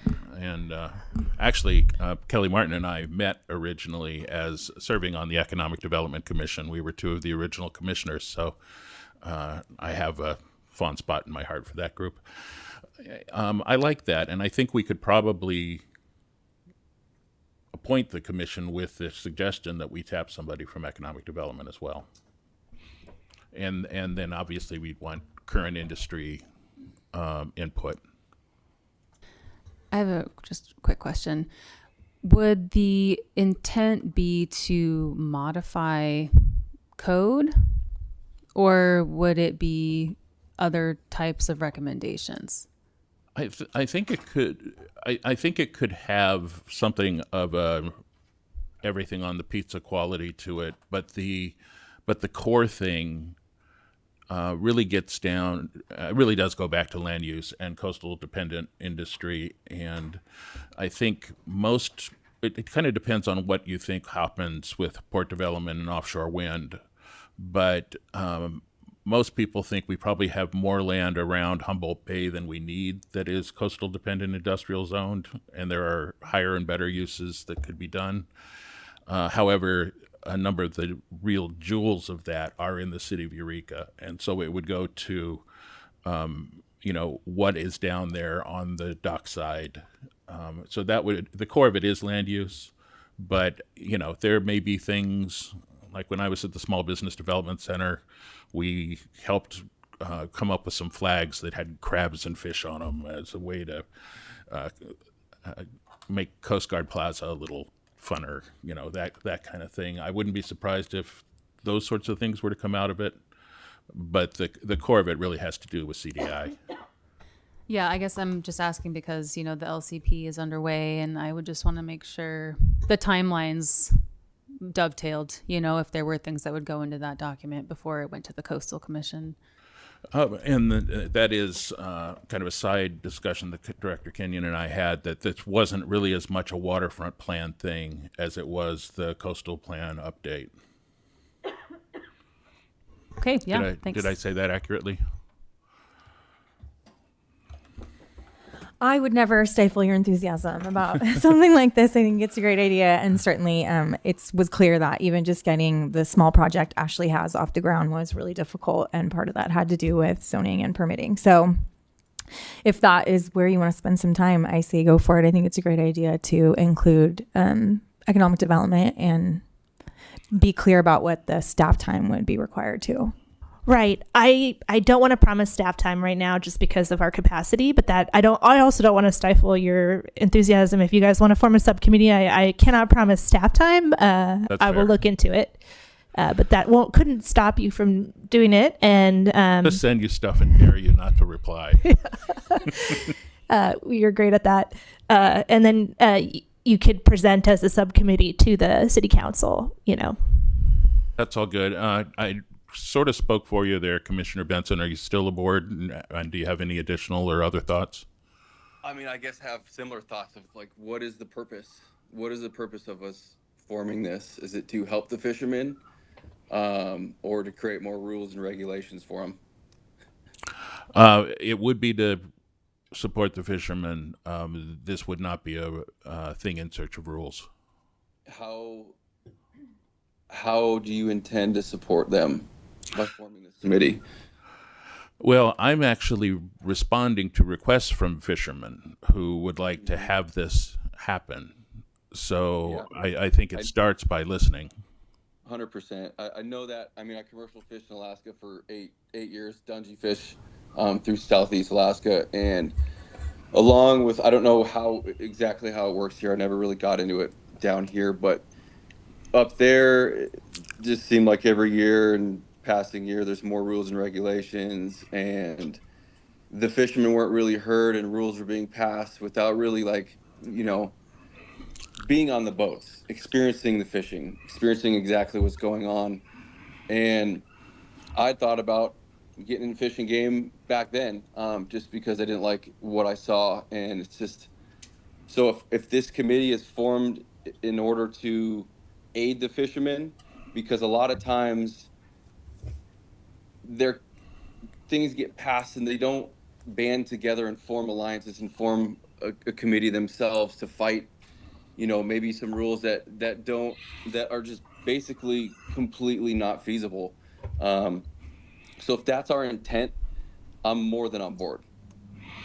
I would say that is our intent. Okay. And I went to Fort Bragg and back with two different sets of commercial fishermen earlier this month, and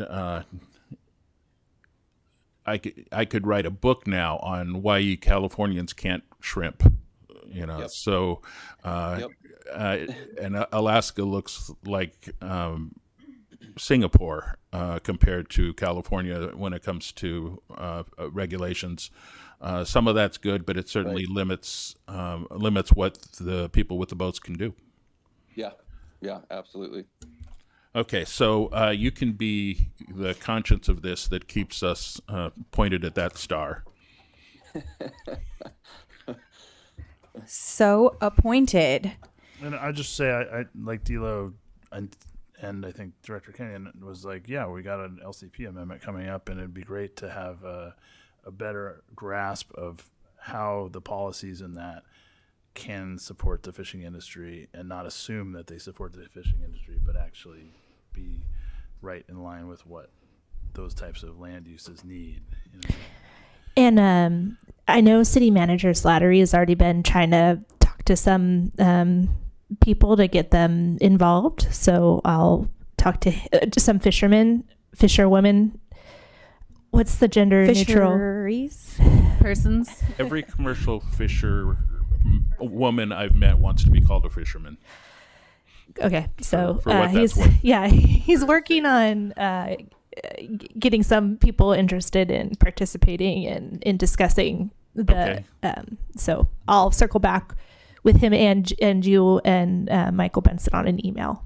Beautiful, appreciate it. Thank you. And then you'll just advise when you'd like to get back onto the agenda.